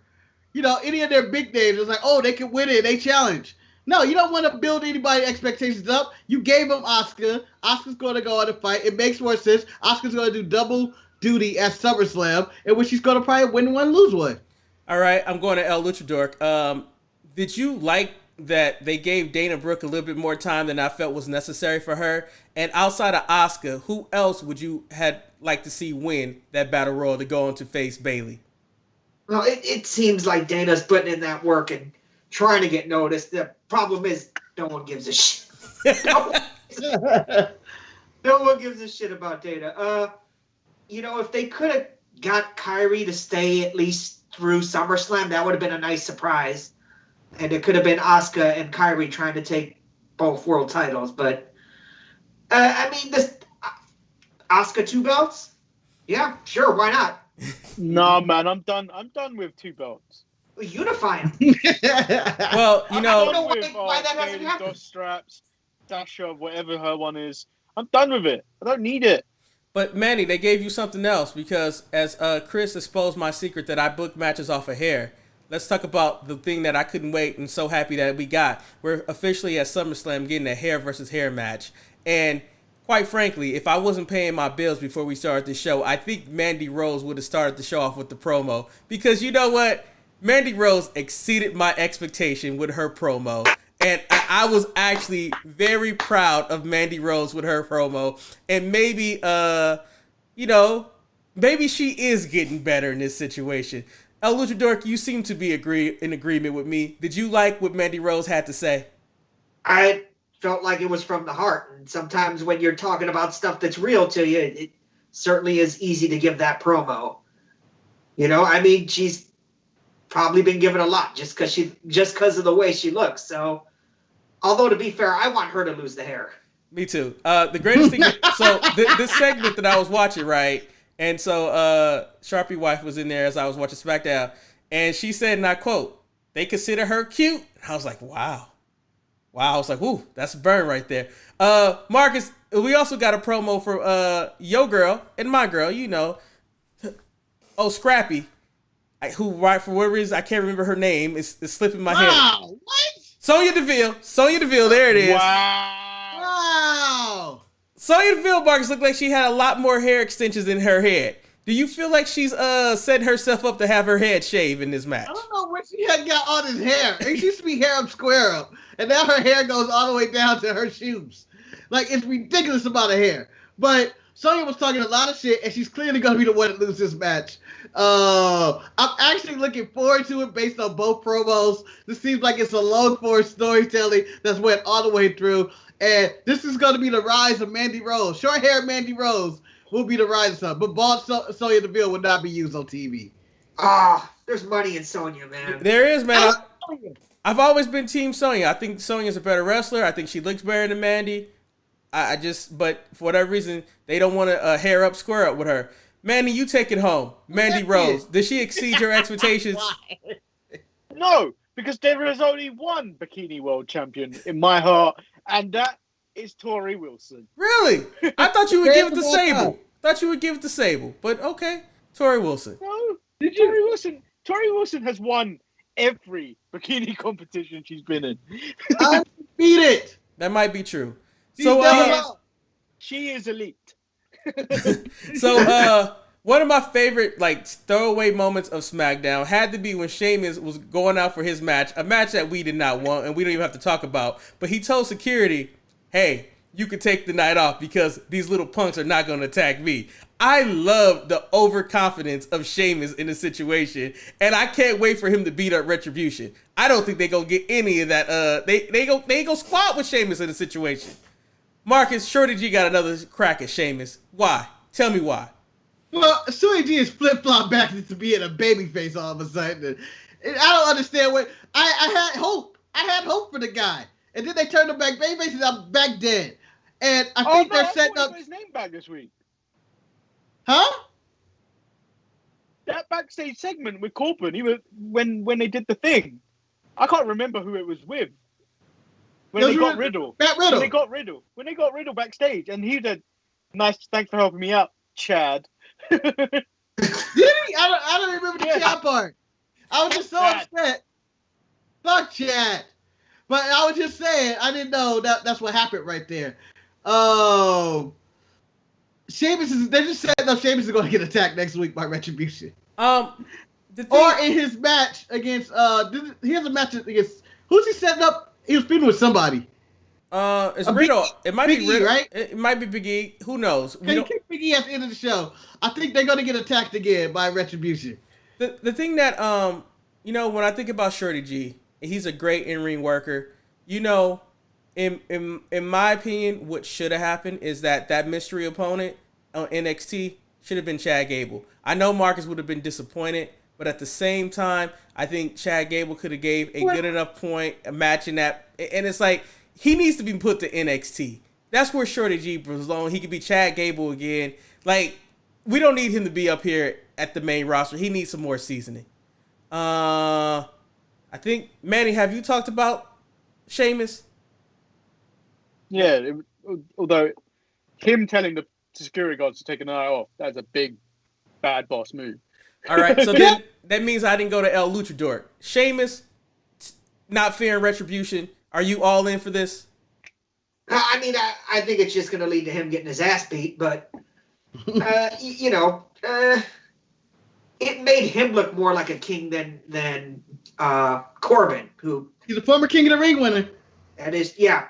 Fuck Corbin, though. I'm sorry. Fuck Corbin. Hey, I like me some Corbin. I like me some Cameron Grimes. I know who I am. So I felt WWE. Go ahead. I felt WWE took a page out of AEW's playbook this week and reminded the fans who have been long-term wrestling fans of some nostalgia with the AJ Styles segment. Because we had AJ Styles. We had AJ Styles who's going to give us his list of people who are number one contender. But instead of just having a list, they have Joseph Park come out there with him. Marcus, were you happy to see Joseph Park on television again as Joseph Park? You may be surprised by my answer when I say no.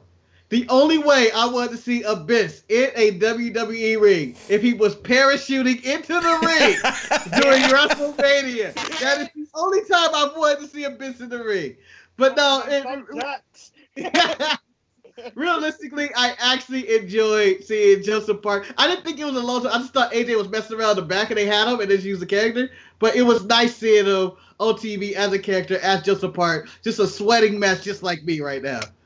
Although I didn't enjoy how distracting his facial expressions were. Like, it was every second different facial expression. Like, but that's who Joseph Park has always been, unless he was Abyss.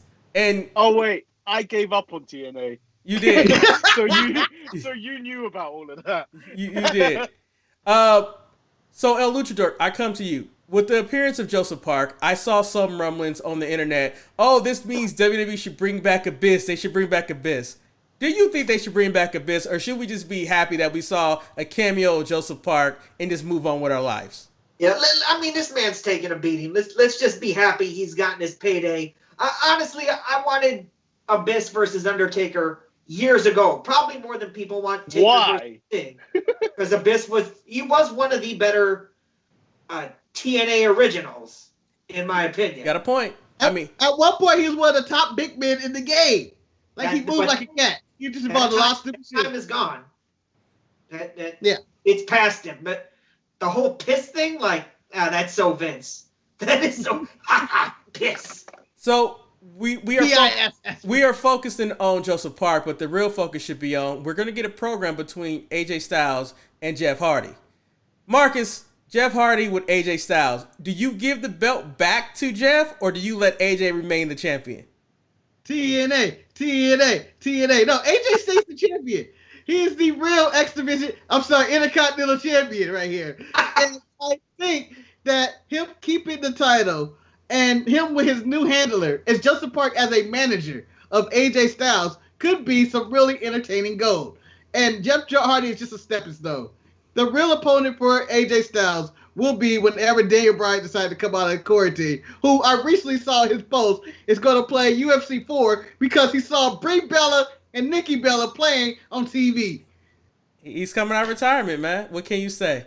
Manny, do you think Jeff and AJ can give us a good match? Yeah, I firmly believe they can do it. You got to put your trust in AJ being a good match general. And then you've got Jeff that just does Jeff thing. I need someone to fact check me on this, but I believe when Jeff Hardy made his TNA debut was against AJ Styles. Man, we don't fact check anything. We're just gonna say you're right. Good job, Manny. Yeah, good job, Manny, with the facts. Well researched. I think now I'm just gonna skip a lot of stuff that happened on SmackDown and just get to one of the meat and potatoes. El Luchadork, how do you feel about the roles being switched between the Monster, Braun Strowman, and the Fiend because of Alexa Bliss? Because now it seems like Braun doesn't care anymore. He's bald-headed, by the way, and now the Fiend is compassionate for Alexa. Well, I mean, first off, that hair had to go, man. That shit was... It did. But, right, Bray picked him to be in the Wyatt family, so he's seen this monster. Maybe it's Braun, finally reaching that monster level that Bray thought he could be. And I like it because I feel like now it's going to be a monster it's going to be a monster's ball. Hey, we're going to do it. Put a business there. Get Rhino. Someone call Rhino. Marcus, did you like Alexa needing to search for answers? Even when Nikki Cross tried to say if she was okay, she needed to know, why did Braun just say, I don't love you anymore? Well, Braun's a straight up asshole. And this is her fault. She's cussing somebody out. This is her fault by putting Braun in the friend zone, teasing that man during Mismatch Challenge for all these years. She created the monster, okay? She created this deep-seated hate inside of her. That's why he got to the point where she's not going to use her to mess up his life as finally being Universal Champion. So, the hell with Alexa. And she's keeping herself safe, though, man. She couldn't take Braun. Braun would crush Alexa. See, what you think is that Braun is going to crush her. But Braun is not going to crush her. He's concussion prone, man. He's safety first, Braun. I think it would be very safe. Manny, ridiculous. You're still going. So, Manny, did you like that jump edit when Braun had Alexa over his head, then the lights cut off, like Retribution hit the switch, and then next thing you know, the Fiend is in the ring? There was two parts. No, there wasn't. There was just one whole thing of I wanted to see how far he could throw her. And that feels so bad because I actually like Alexa Bliss, and she is quite fragile at this moment in time, having numerous concussions and stuff. So, but I actually wanted to see how far he could throw because he's a strong man and she's a very light woman. Manny, who can he throw farther? Alexa Bliss or Marco Stunt? Have you ever watched Matilda when when Miss Trunchbull threw that boy? No, that little girl. Yeah. She went for miles. That is how far I think Braun Strowman could throw Marco Stunt. Now, Manny, I'm gonna moving on for the last thing I want to talk about. Big E was all over SmackDown. I know you're a huge Big E supporter. From his promo to his both matches, did you like the way WWE handled Big E this week, even with his demise with the bro kick from Sheamus? Yeah, I feel like it's positioning him well into a singles push, and I think now when you look at it, when Kofi returns, you're not going to see so much Big E Kofi tag matches. I feel like Kofi's going to support him in a singles run like Big E and Xavier Woods did with Kofi's single run. All right. Does anybody want to chime in on Big E, or can we move to the Wednesday Night Wars? Just a quick, he's so charismatic and entertaining that when he decides to hang him up, man, I could see him narrating, documentaries and WWE specials. He's so likable and just different and, to the moon with Big E, man. I'm actually kind of happy that they had him with the New Day, because if they didn't have the New Day, I'm pretty sure Vince would have made him the next Soul Preacher Man or Soul Preacher Jones, because that's kind of his gimmick. Soul Preacher Jones. Wasn't that what Virgil's character was? I don't remember. Soul Man. It was Soul Man Jones. All right, my fault. Marcus, you said you had something you wanted to say, Marcus. I'm sorry. It was about the Big E. I think, currently, I really like that he got so much mic time and came up as one of the leaders in the locker room. I know it was a bunch of 205 Live guys and people who never do anything in the back. But that is a SmackDown locker room, Marcus. That's why they're rating him down. I know. But him being around them, he looked more like a star in that scenario, cutting that promo. And in these matches he's had recently, and even in the little box, the little box window, he had a lot of mic time this week. He got to display himself, and I'm full speed ahead with Big E. I can see one day in the future, and I know this is never going to happen, but in a blind future, Montez Ford, Big E, wrestle match for some belt of some kind. Two of the most charismatic guys on the roster. Wow, that's an interesting way to book a match, It Marcus. is. But it is. What do you think of SmackDown overall, though? I liked SmackDown. I thought for what it was worth, I like they told the story. The only thing that disappointed me was about the lack of promotion for the inter-brand Rumble, which, I don't understand why the title match for Bayley would be determined by a Rumble, but Bayley does say she beat everybody. Overall, I like SmackDown. WrestleMania is determined by a Battle Royal.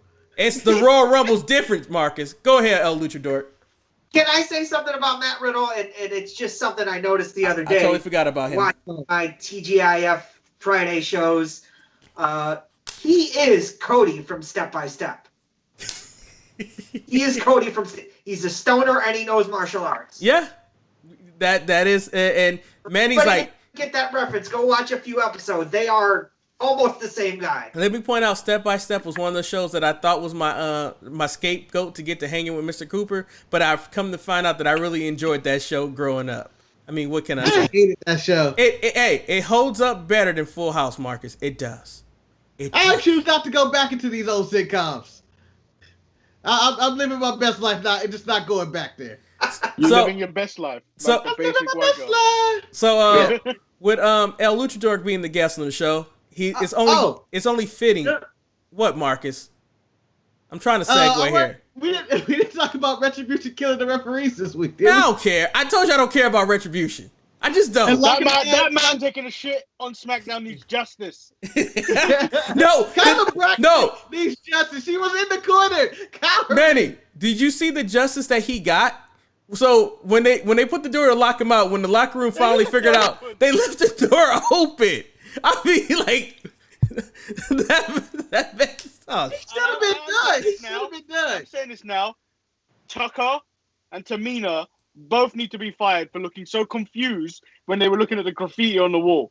No, the investigator, Tucker Knight, when he was spraying, he was back there looking for it. But Tucker's that friend of yours that blows up your washroom, man, and eats all your food.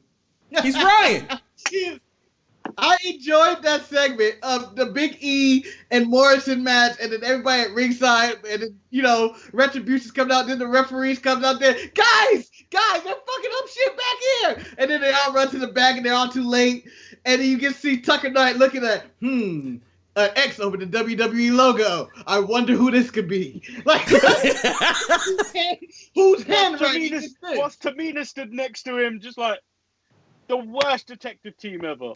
So we do need Tucker Knight and Tamina that solve cases, but back to the guy with the bathroom. I like the Fiend and shit. The Fiend, Brian, and if you're a major wrestler, AJ Styles and Jeff Hardy, if you're a major wrestler, they don't give a shit about Retribution and their issues. There are no light flickerings. It's just shit. This is my business, okay? AJ Styles with statistics can give a shit about Retribution. You know, I was going to call Retribution petty for what they did, but you know what? If that man would have locked the bathroom door when he was taking his deuce, this would have never been a problem. He like, who went into the bathroom and not locked the door? That's what happened. Before he was safe. Manny, if you saw the spacing of the toilet from the door, you need to lock that door because there's nothing you can do. There's no stall or anything. He should have locked the door. Yeah. No. He thought he was safe, and he was at his most vulnerable. They did him dirty. They did him dirty. It's like it's the end of the show, right? I could just drop this. They're done. Retribution came back. I am going to take my shit, and I'm going to take my time. I bet you he was waiting for the bathroom all day, too. Like, somebody else was in there, and he was like, come on, man. And he's like, all right, food, finally. All right, so I guess I have to ask the question now. I have to ask the question. I'll go to you, Marcus. Have you ever had to take that? Is this the reason why Raw was TV-14 this week? Was the man taking the shit? Was that the reason? That was on SmackDown, Marcus. This week. I mean, SmackDown. That's what I mean. Is that the reason SmackDown was TV-14 this week? Is for this dude to take a shit? Possibly. It wasn't the launching of Alexa being thrown. No, it was probably the physical contact with Alexa and stuff. But Marcus, my question for you: at work, have you ever had to take the deuce at work and you forgot to lock the door, and then somebody walks in and you're in mid push, you go, hey, and you hold the door to try to tell them that you in there? Has that happened to you, Marcus? No, because there's one thing you need to know about me. I don't shit at work. I don't shit in public, okay? I shit at home or in somebody's house. I do not take public shits like that. So I've never been in that scenario, but when I do, like the time when I had some Lucky Charms at my lunch break, I bought Lucky Charms because I didn't want to eat the cafeteria food because that makes you sick. So I was like, I'm hungry. I'm going to get this bowl of Lucky Charms. I ate it, and then I was in the middle of talking to somebody. It was just, I got to go to the bathroom real quick. And so I went in there, but I made sure I locked the door. I don't take public shit, so I'm never in this scenario. But you trying to say that Ryan or I have never walked into you while you've been on the toilet? I don't think so. I'm pretty good. I mean, but I've never had to hold the door. You know he has. Yeah, I never had to hold the door. I just want to point out, only reason why, because I know it happened to me, because Marcus and Ryan always walk in on people when they in the bathroom if they forget to lock the damn door. It's funny. You gotta protect your ass, man. No, yeah, because it's the, hey, but you don't want to move too fast, because anyway, we're going to digress. With LuchaDork being a guest on this week's show. I have thousands of toilet stories that I could tell. Yeah. I can talk about the time I had to take a shit in the Palms, Eric. That was one of my, like, that was Black Bear Cafe, baby. Black Bear Cafe. At the Palms Casino, just had to find somewhere to go. Went to their movie theater bathroom because I was just in a panic. But the favorite person to run in the bathroom was Uncle Ant. Because he never locked the door. I'm assuming it's because of his time in jail. Yeah, I'm pretty sure. But when you go in there, and I'm like, he never locked the door, so you open it, and he's like, whoa, wait a minute, I'm in here. I know you in here. I opened the door. I saw you in here. I'm closing the door. Lock the door. But, the fact that he was so upset as private, when he has to shit publicly in jail in front of people, I feel like his shock was unnecessary. Wow. But so, Marcus, I have to tell I have to tell the Palm story because it was a very interesting story. So we had breakfast at Black Bear Cafe, and Marcus got the pancakes, and the pancakes are notorious for moving your system because I think they're whole grain or something like that. And this is before we're about to make the 5-hour trip back to California from Vegas. So this already sounds bad. So we're pulling away, and next thing Marcus is like, "Oh, something's not right." And he's like, "Whoa." And we're like, "Are you okay?" He's like, "I need to go to the bathroom." So we're like, "There's a gap. I don't know what to do." So we turn and we're right by the Palms Hotel. We've never been to the Palms Hotel before. So we get out and we go. And so we're trying to find the bathroom. And, Marcus he's like walking, but like he's kind of like has his hand behind him, like he's trying to catch something in case something falls out. It's a very bad sight. Like he's walking. So we go in and we go to the right and we find this bathroom. And I'm with him, giving him support. He walks in and then he walks out. He says, "I don't know what the fuck happened in there, but I am not going into that bathroom because it looks like somebody had the same problem that I did, but they did not make it." Because apparently it was shit everywhere. Oh. Yeah. So that's who we kept on the journey after he rejected that first bathroom where the shit bomb exploded. And we had to find another bathroom inside the Palms where Marcus was just sweating and holding. It was an epic moment. But now, trying to get back to the point. LuchaDork, you're the guest. 57 is 50, by the way. I'm gonna tell you. I used to work at a gym, and we would open at 5. Same few people would come to blow up the toilets. They save that shit overnight. To just wrap that up. Yeah. Your wife's like, "No, you better not shit here. You better take that shit to the gym." Like, who does that? Who wakes up at 5 to go shit at the gym? Like, a lot of people. There's people out there that just, how Marcus doesn't like to shit at places. There are people who I think only like to shit at places. No, I prefer to keep myself at home, but sometimes nature calls because you ate that Rome burrito that you should never eaten. Did you watch Hard Knocks this week? No, I did not. So at the end of the episode, it's Sean McVay criticizing his team. And they're having this meeting, and he's criticizing somebody on the team. He don't know who it was, but he was really upset when he went to go take a piss into one of the porta potties, and somebody that took a shit in there. And he came out, and he was really pissed and had a meeting about it. And talking about, we don't shit in the porta potty. Have some respect. This is a pandemic. We have to use the restroom. We're outside all the time. Just do your business. Save that shit for home. And you just see like Aaron Donald just going like, yep. With that being said, I was gonna say, LuchaDork, stop talking shit. Do you want to talk about NXT or do you want to talk about AEW first? Whichever, man. Let's say AEW for last. All right, so we will breeze through NXT because NXT was we've talked about a lot of stuff already, so I don't know if there's much to really talk about. Marcus, we got the coming of Danny Burch versus Karrion Kross, Marcus. This is the match that started the night off. Payback for when Karrion Kross choked out a bitch last week. I felt this was a good squash. How about you, Marcus? I liked it. I thought it was a good squash for Kross, but my problem is Danny Burch got way too much offense. I don't think he should have been able to clothesline him over the top rope. I don't think he should have been able to get him in a submission. Even though Kross knows so like everything, it still just seemed like too much for Danny Burch. Just too much. So I thought it should have. It was fine. I'm just nitpicking on it. Manny, the match should have got that. The match. I know the match did not live up to what happened afterwards with the match, but overall, did you like the match?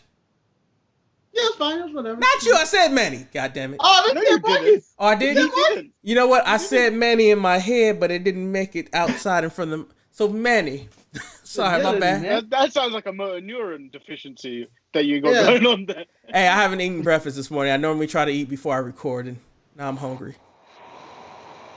But Manny, did you like the match, or do you agree with Marcus? He got too much offense. I didn't. Do you know what? I honestly, the aftermath is more what I remember. I don't remember the match even happening. All right. So because he's the guest, I'll give him the hardest question. El LuchaDork, did you enjoy the Great Balls of Fire segment? The whole setup of Keith Lee walking out with the contract, Scarlett kissing the contract after Karrion Kross drew some circles. I wish he would drew crosses. It would have been better for me, but he drew circles.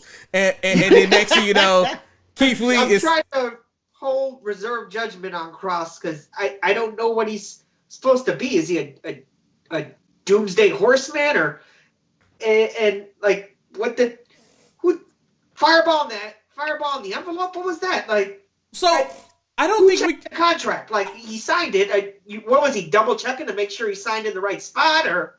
That was probably my biggest issue with the whole entire segment. I never understood why Keith Lee need to open up the contract. Like the dude signed it, you want to kick his ass because he beat up your best friend. Wait a minute. What, Marcus?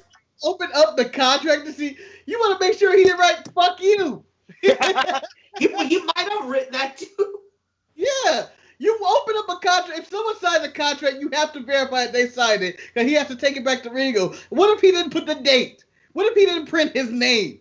Have you ever signed anything in life? What if Have he you didn't seen the way right he held there? that pen? He didn't sign that properly. Yeah, but I just pointed out that. But even if he didn't sign it properly, it's not his job to do it because Marcus, we have so many matches that are made without contracts that I just think that it was no reason for him to open it back up. And then next thing you know, that now we know that Scarlett has fire powers. Like she had the flower from Super Mario, and she was able to throw a fireball at him. I'm like, it's like her kiss led to fireball. And for me, that no one could control Keith Lee after being singed was one of the more hilarious things. And then it led to Mia Yim trying to calm him down, and she left with him, but she still had to make it back to one of the most unnecessary matches on NXT this week. Mia Yim versus Indy Hartwell. And I'm just like, why did we need all this smoke and mirrors? What did the fireball burning enhance the storyline more? Because it's clear that Keith Lee is in his feelings about what happened to Dijakovic, right? Yeah, I mean, is he magic like Bray? I mean, I'm not sure about that yet. Like, I think Scarlett is. No, I don't think there was no magic involved in this. This is a fireball, guys. They easily slid. It was a sleight of hand trick, or either they did something in which she snuck a bomb of some kind, a little mime, into the contract sign, which he was like, signed right here. It looked like sleight of hand shit. And so when he opened it up, it exploded.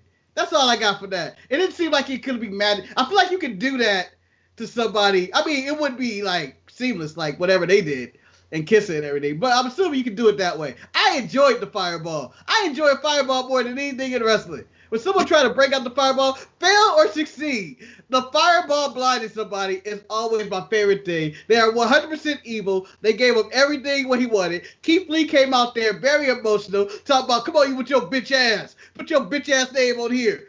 Come on, bitch. Like, it was the Keith Lee I wanted. An angry black man yelling at him who wanted revenge for all the shit and nasty stuff he did. And then he gives the man what he wanted, and then he put some sucker MC shit, like blow him in a great balls of fire shoot at my face. Hot take, Marcus. Hot take. Hot take. Keith Lee deserved that fireball. He was talking too much shit. I would have burned his ass up too. You don't call me no bitch in front of my girl. Who you think you are? His girl put a bomb in there. I would say this. There does seem to be a lot of blinding going on lately, though, between Seth and now Cross. This is the second time Keith Lee has been blinded this year. I think our gentlemen, calm down. Lord Manny needs to say something. Go ahead, Lord Manny. So I really hated the sell of Keith Lee. Like a distressed fucking Chewbacca for like 4 hours. Put him down. Get a tranquilizer dart. Put his fat ass down. Put him down. Wow. I didn't need this whole... Didn't need this whole 5 minutes of him trying to find Karrion Kross after that. Now, Manny, I have a question for you because you said you didn't need this. So would you have rather watched Killian Dane versus Drake Maverick? Yes, I would have. Okay. I would have happily had them shoot a tranquilizer dart at him and then throw him in the ambulance. Manny, Send him to an animal hospital. Manny, you might not have saw this, MRI machine. but everybody else, Marcus, LuchaDork, and I all agreed that we would rather see him go, oh, like, and then watch Killian Dane and Drake Maverick have this match. I'd rather see a wounded bear and animal walking the forest like Keith Lee was. Get him! Where are you, Cross? Cross, I'm blind. But I'd rather see that than Killian Dane and Drake Maverick get there, who were assaulted shortly after. No one cared about that match. They need to team those guys together. And then next thing you know, Marcus, you had your boy Adam Cole get in the ring. The little man got in there with a lot of big things to say. He was bad about Pat McAfee. I could care less about this segment. I don't care. I mean, once again, he talks a great game, but he's still a little dude. Marcus, should I care about Pat McAfee versus Adam Cole? You should. You should. And this weekend has 2 matches I'm invested in to see what can they do in the ring. One of them is Dominic and Seth and see what happens in that scenario. And then 2, Pat McAfee, after seeing his training video of him doing moonsaults and jumping to the top rope. I am intrigued into the storyline, see where it's going to go. And Adam Cole is going to win, but I just want to see him beat the shit out of Pat McAfee. I like this storyline. Manny, I think you're an Adam Cole supporter also. Do you like this little storyline that we're getting? Yeah, because it could lead to Adam Cole being kicked out of the UE. And Pat McAfee being the new leader of the Undisputed Era. Oh, no. What kind of booking are you doing? Ones that make money. Ones that make money, Eric. Lord help that child. I like money. I don't need your 5-star matches. I will put Goldberg versus Brock Lesnar 5 times on a match card if I have to. Yeah, but that's a battle of Goliaths. I'm all about that match, but Adam Cole versus Pat McAfee doesn't make me want to spend any money. LuchaDork, is this a money-making match for you? No money. No. Yeah. You are broke. You are broke if you don't think that's a good money. It's a Vince thing, man. It's a let's put this ESPN guy on. I will say this: McAfee doing a great job being a douchebag. Totally, that's because he is one. But and Dominic's gonna do fine. He's got that Guerrero blood in him. Was trained by Mysterio. Dominic's gonna do just fine. I'm more invested in Dominic than I am in Pat McAfee, and that's just me. Who can I say? It could be fun because it could be like a shit show too. So, speaking of a shit show, Tyler Breeze went against Santos Escobar because, you know, the kidnapping that only lasted for about 10 minutes happened last week, and apparently they broke Fandango's arm. I don't know why I had to have this match, but anytime I get to see Escobar on TV, I am happy because I like him and his faction. I'm still mad he hasn't showed up to the underground yet, but that disappoints me. Manny, do you think this was a good win for Escobar to help with the Legado del Fantasma storyline? It was a good win, but I was more happy to see that Swerve took time out of the studio to make a save. The studio and the underground, Manny. He wasn't at the underground this week. He was at the underground this week. Oh, he was? Okay. Him and Dio Madden right next to me. Yeah, he has the most money on the line. El Luchadork, do you like Swerve Scott? I guess that's the question I'm going to ask. You didn't know what you were going to ask. Yeah, I'm a Scott fan. I don't think they've done enough with him yet, but NXT needs to move some of these guys on. The EU, they've done their time there. People like Ciampa and Gargano, it's time to move on because you got these other guys there that, you know, they need their time to shine too. They serve their sentence. I mean, like, they moved Tom Phillips on.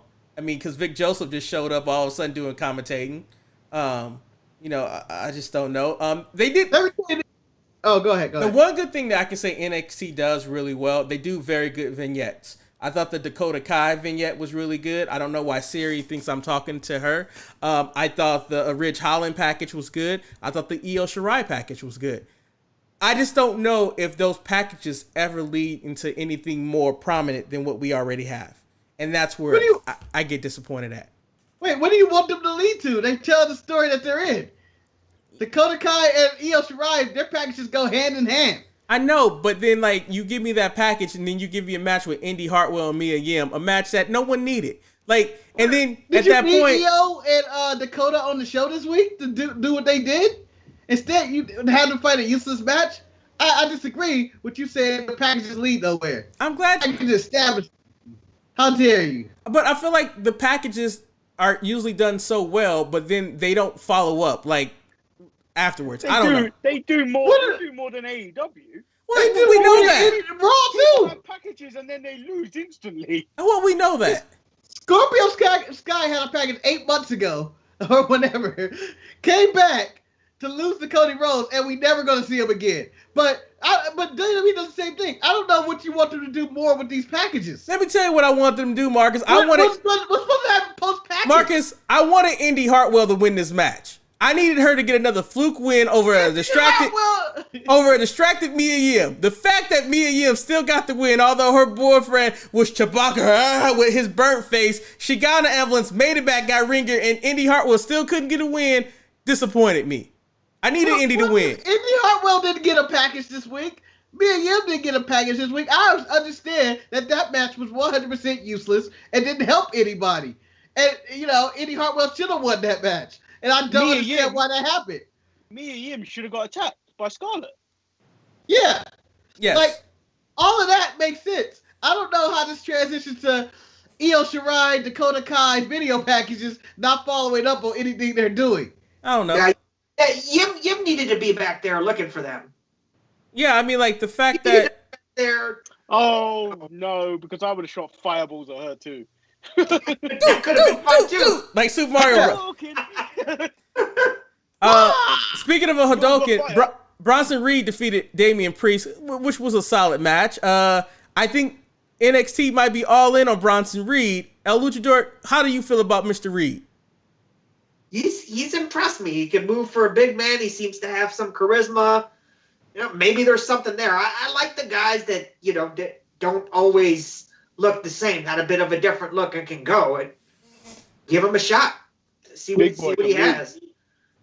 Because I'm not sold on Priest yet either. I'm not sure what he's supposed to be except maybe a walking cokehead STD. Like he's like a bad gigolo that don't win matches. Marcus Bronson Reed. He's a failed magician.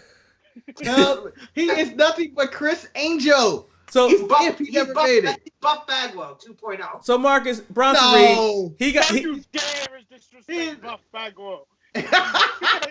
Marcus Bronson Reed got a package, and they're following up properly with his package that he's getting wins. Are you happy with Bronson Reed, or are you more disappointed that Damian Priest is being pushed to the wayside? He didn't get pushed to the wayside. He lost. There was nobody who could kick out of that pin. That was like 400 pounds on his shoulders and a roll-up. You don't expect that from a big man. How could you even kick out of that? So I didn't feel like that. I feel like Damian Priest is going to be the one that actually wins the North American title. Really? Wow. Yes. Manny, do you agree with Marcus' take on Damian Priest winning this title? Did he make this take on Thursday? No. No, this is a new one. Wow. An exclusive. This is completely new take. But I don't know who's going to win that because I need to know who wins the other two matches first. Because they could also be all in on Ridge. We don't know. That is also true. Now, a match that took place on NXT, which I would call a pleasant surprise, a match that I wanted to dismiss like I did Drake Maverick versus Killian Dane. However, I'm invested for reasons I should not be invested for. That is Aaliyah and Mercedes Martinez, the Robert Stone brand, going against the KC Express, Caden Carter, and Casey Catanzaro. Manny has his hand up first. That means he wants to go first. Manny, go ahead, my brother. In the spirit of Tag Appreciation Night, this was the best tag match of the night on both AEW and NXT. When I saw that wheelbarrow into a car, I went, Aaliyah, you're doing some shit. You're doing some wow, Manny giving Aaliyah props is like unprecedented. Because it went in this order of, it went Mercedes Martinez, best person in that match.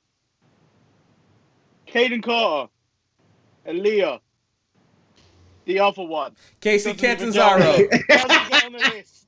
Doesn't get on the list. Wow. Marcus, do you say this? Do you share the same sentiments as Manny? Unfortunately, I have to agree with Manny. He tells no lies. He tells no lies.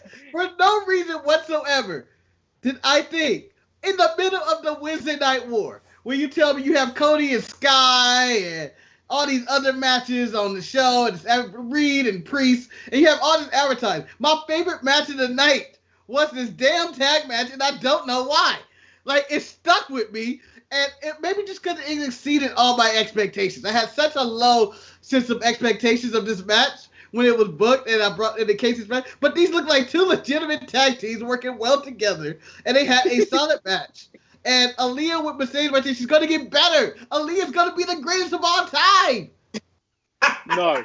I'll give you the boat, but you're not getting greatest of all time. No, she's the boat. Casey will pass her up in about 6 months, man. I'd be willing to put that on that. But can we talk about just a quick fashion thing? Can we talk about Robert Stone's shoes? Yes, go ahead. I enjoy the suits, but yeah, you gotta get rid of the glitter loafers, man. You know, the loafers are killing me. The sad part, LuchaDork, I've been to my job, and if for those who don't know, I work at a courthouse. I've seen people walk in with those shoes. And you just look at them like, what the hell are you thinking? What the hell are you thinking?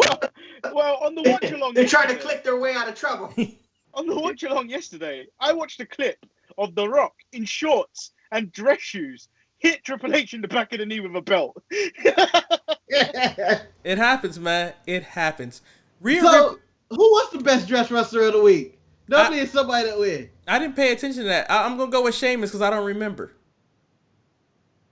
I'm going with Sheamus' back jacket, too. The hat and the jacket combo. The bar Sheamus.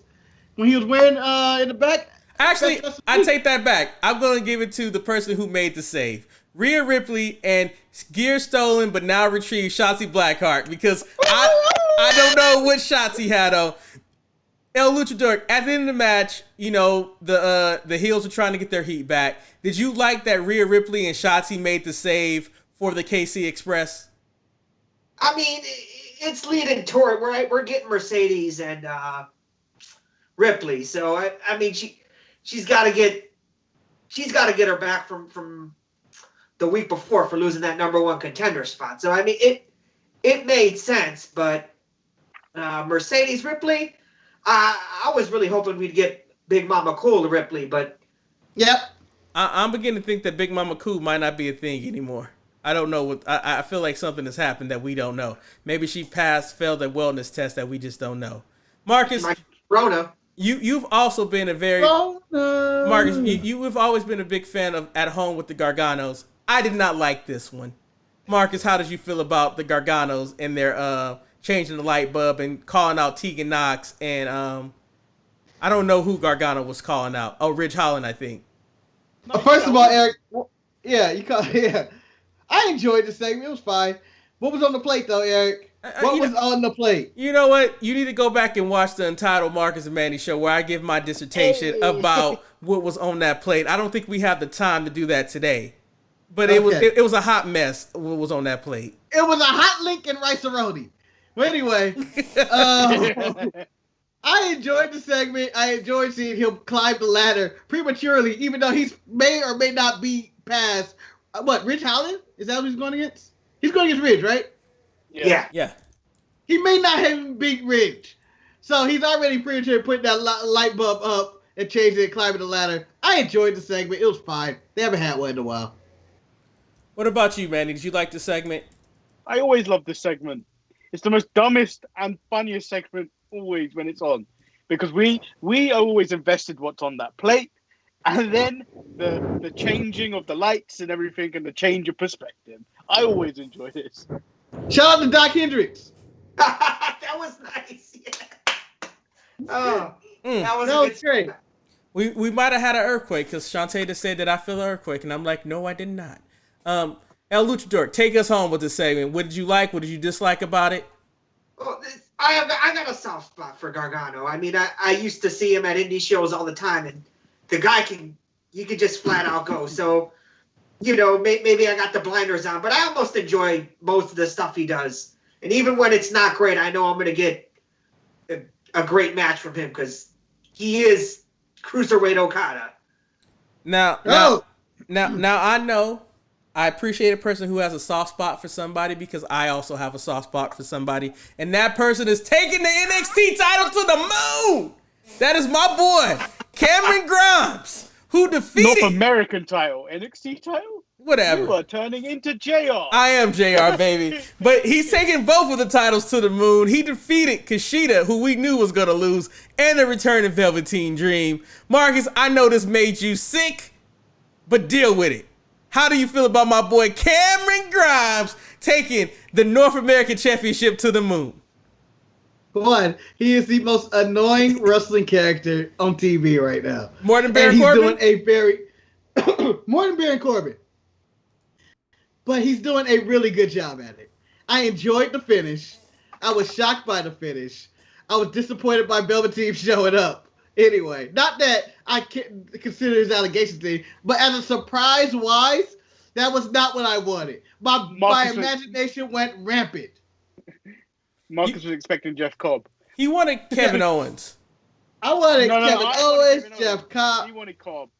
I wanted Cobb, Owens, Tyson Kidd, Daniel Bryan, Chad Gable, Shinsuke Nakamura, Kota Ibushi, whoever the hell in the world was out there wrestling, I imagine in that spot because they put this in the main event, and I thought this was the main event. This is everything. This is everything right now. And then,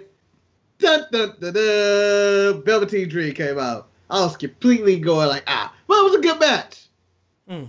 El Luchadork, what about yourself? Are you a hater of Cameron Grimes or are you a supporter of Cameron Grimes? Time, baby. Thank you. Like, he's my pick. I don't think they're giving the title to any of these guys that have been in NXT before. I think it is time to push some of this new talent, and he's been crushing it. Marcus, you hear that? That's a man that has speak common sense. He wants Cameron Grimes to have the North American title. I understand his logic, though, because I'm in a theory. This is my theory personally, that with the draft coming up, they are not putting the titles on anyone that matters. So you put the title on Cameron Grimes. Cameron Grimes matter, Marcus. He is not going to the main roster right he is now. going to the moon now. But he's going to the moon, baby. right, Manny? Right, Manny? Cameron Grimes is going to the moon. I got to agree with Eric because Cameron Grimes is going to the moon. Marcus, see, I like when Cameron Grimes switches it up as well when he hits the Cameron Grimes a lot quicker. Yeah.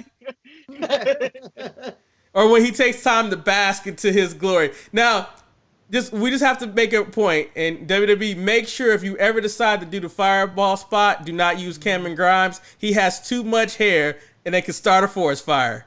Just saying. Now, the smell of that hair burning. Oh, just nasty. Ooh.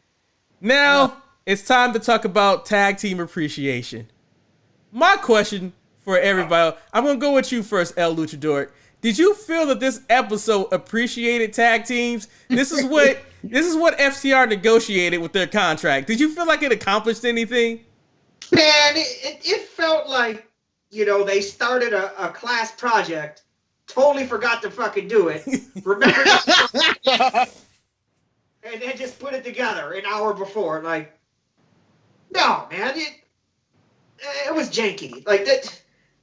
What I think I hated the most about the whole tag team appreciation, and Marcus, I'm going to ask if you agree with me, is that when they were interviewing the tag teams, and first you had Omega and Paige, and the next thing he was like, oh, the Young Bucks are the best, and Paige was like, I was going to say us, and then Kenny says, we're not a real tag team, and I'm like, I guess this is trying to tell the story, but then they let the Butcher and the Blade talk. And then the Butcher and the Blade, they say the Road Warriors, I believe, and then they just cut them off real quickly. And I'm just like, and then the Private Party didn't say Harlem Heat. They go with the Hardys. And I was really upset about that too. Marcus, Did you like the little tag teams talking about who they appreciated the most? No, because they didn't really give a rundown of why they appreciated people. It was all storyline. It was no real appreciation. Like, the Private Party had to pick Matt Hardy's team, the Hardys, because, and it could be true, whatever, but that Matt Hardy is currently managing the Private Party. You have Kenny Omega and Adam Page talk about their favorite tag team. Kenny goes with the Young Bucks. They're in the storyline with the Young Bucks of who's the best. And then you had the Butcher and the Blade, who picked LOD or the Road Warriors or whatever you want to call them, which I see reasonable, but they had no way to explain why.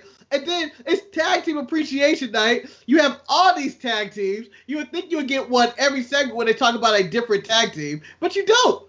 And they only bring in two. And I know I'm ranting, and I'm going in all segments. They only bring in two tag teams, technically only one, because the Rock and Roll Express is the only tag team they brought in that wasn't in their company. If you're going to talk about throwback tag teams, you have to bring in, whether it's a Dudley, an Animal. I know WWE owns half of every tag team, it seems like, so you can never connect them all. But just try to bring in some tag teams that from the past or whatever. I don't know. It just seemed very, like LuchaDork, very janky, very last minute. There was no appreciation. This is Young Bucks appreciation, where they were just, everybody was sucking them off. Yeah. And I'm just gonna let's jump to the appreciation segment of the show, where like this is appreciation. At least WWE, when they do appreciation, they have balloons, they have streamers. It was just FTR, the Young Bucks, Arn and Tully, and then the Rock and Roll Express. There was nothing about this that made this feel like it was about a celebration, about appreciation or anything. It was just that, as everyone says, let's say how great the Young Bucks were. Manny, were you upset that no balloons were there? Eric, they spent too much money on pyro. Well, they could at least gave me pyro for the tag team appreciation segment. This was negotiated in FTR's contract. You do pyro, the Rock and Roll Express will die. Which would not be a bad thing. Do you want that on your conscience, Eric? I do. I'm willing to live with it. Wow. I'm willing to live with it. This was a good week for the old guy promos, when old guys were schooling all these young guys how to do a promo. Even though Randy was really good. Everyone was terrible except Tully. I know, that's what I was getting at, to be honest. No, so Manny, now this is going to take a lot out of me. Don't say this. Don't say it, Eric. Don't say it. I'm begging you, don't say whatever you're about to say. I felt that Robert Gibson said enough. And I think that's Ricky Morton. Ricky Morton. Ricky Morton. Okay, it was Ricky Morton. You don't even care. Well, I like Robert Gibson because he didn't say anything. He just stood there like he always do. But Ricky Morton, with one eye looking that way, I felt that he said enough. Guys, can I say a joke real quick? I'm sorry.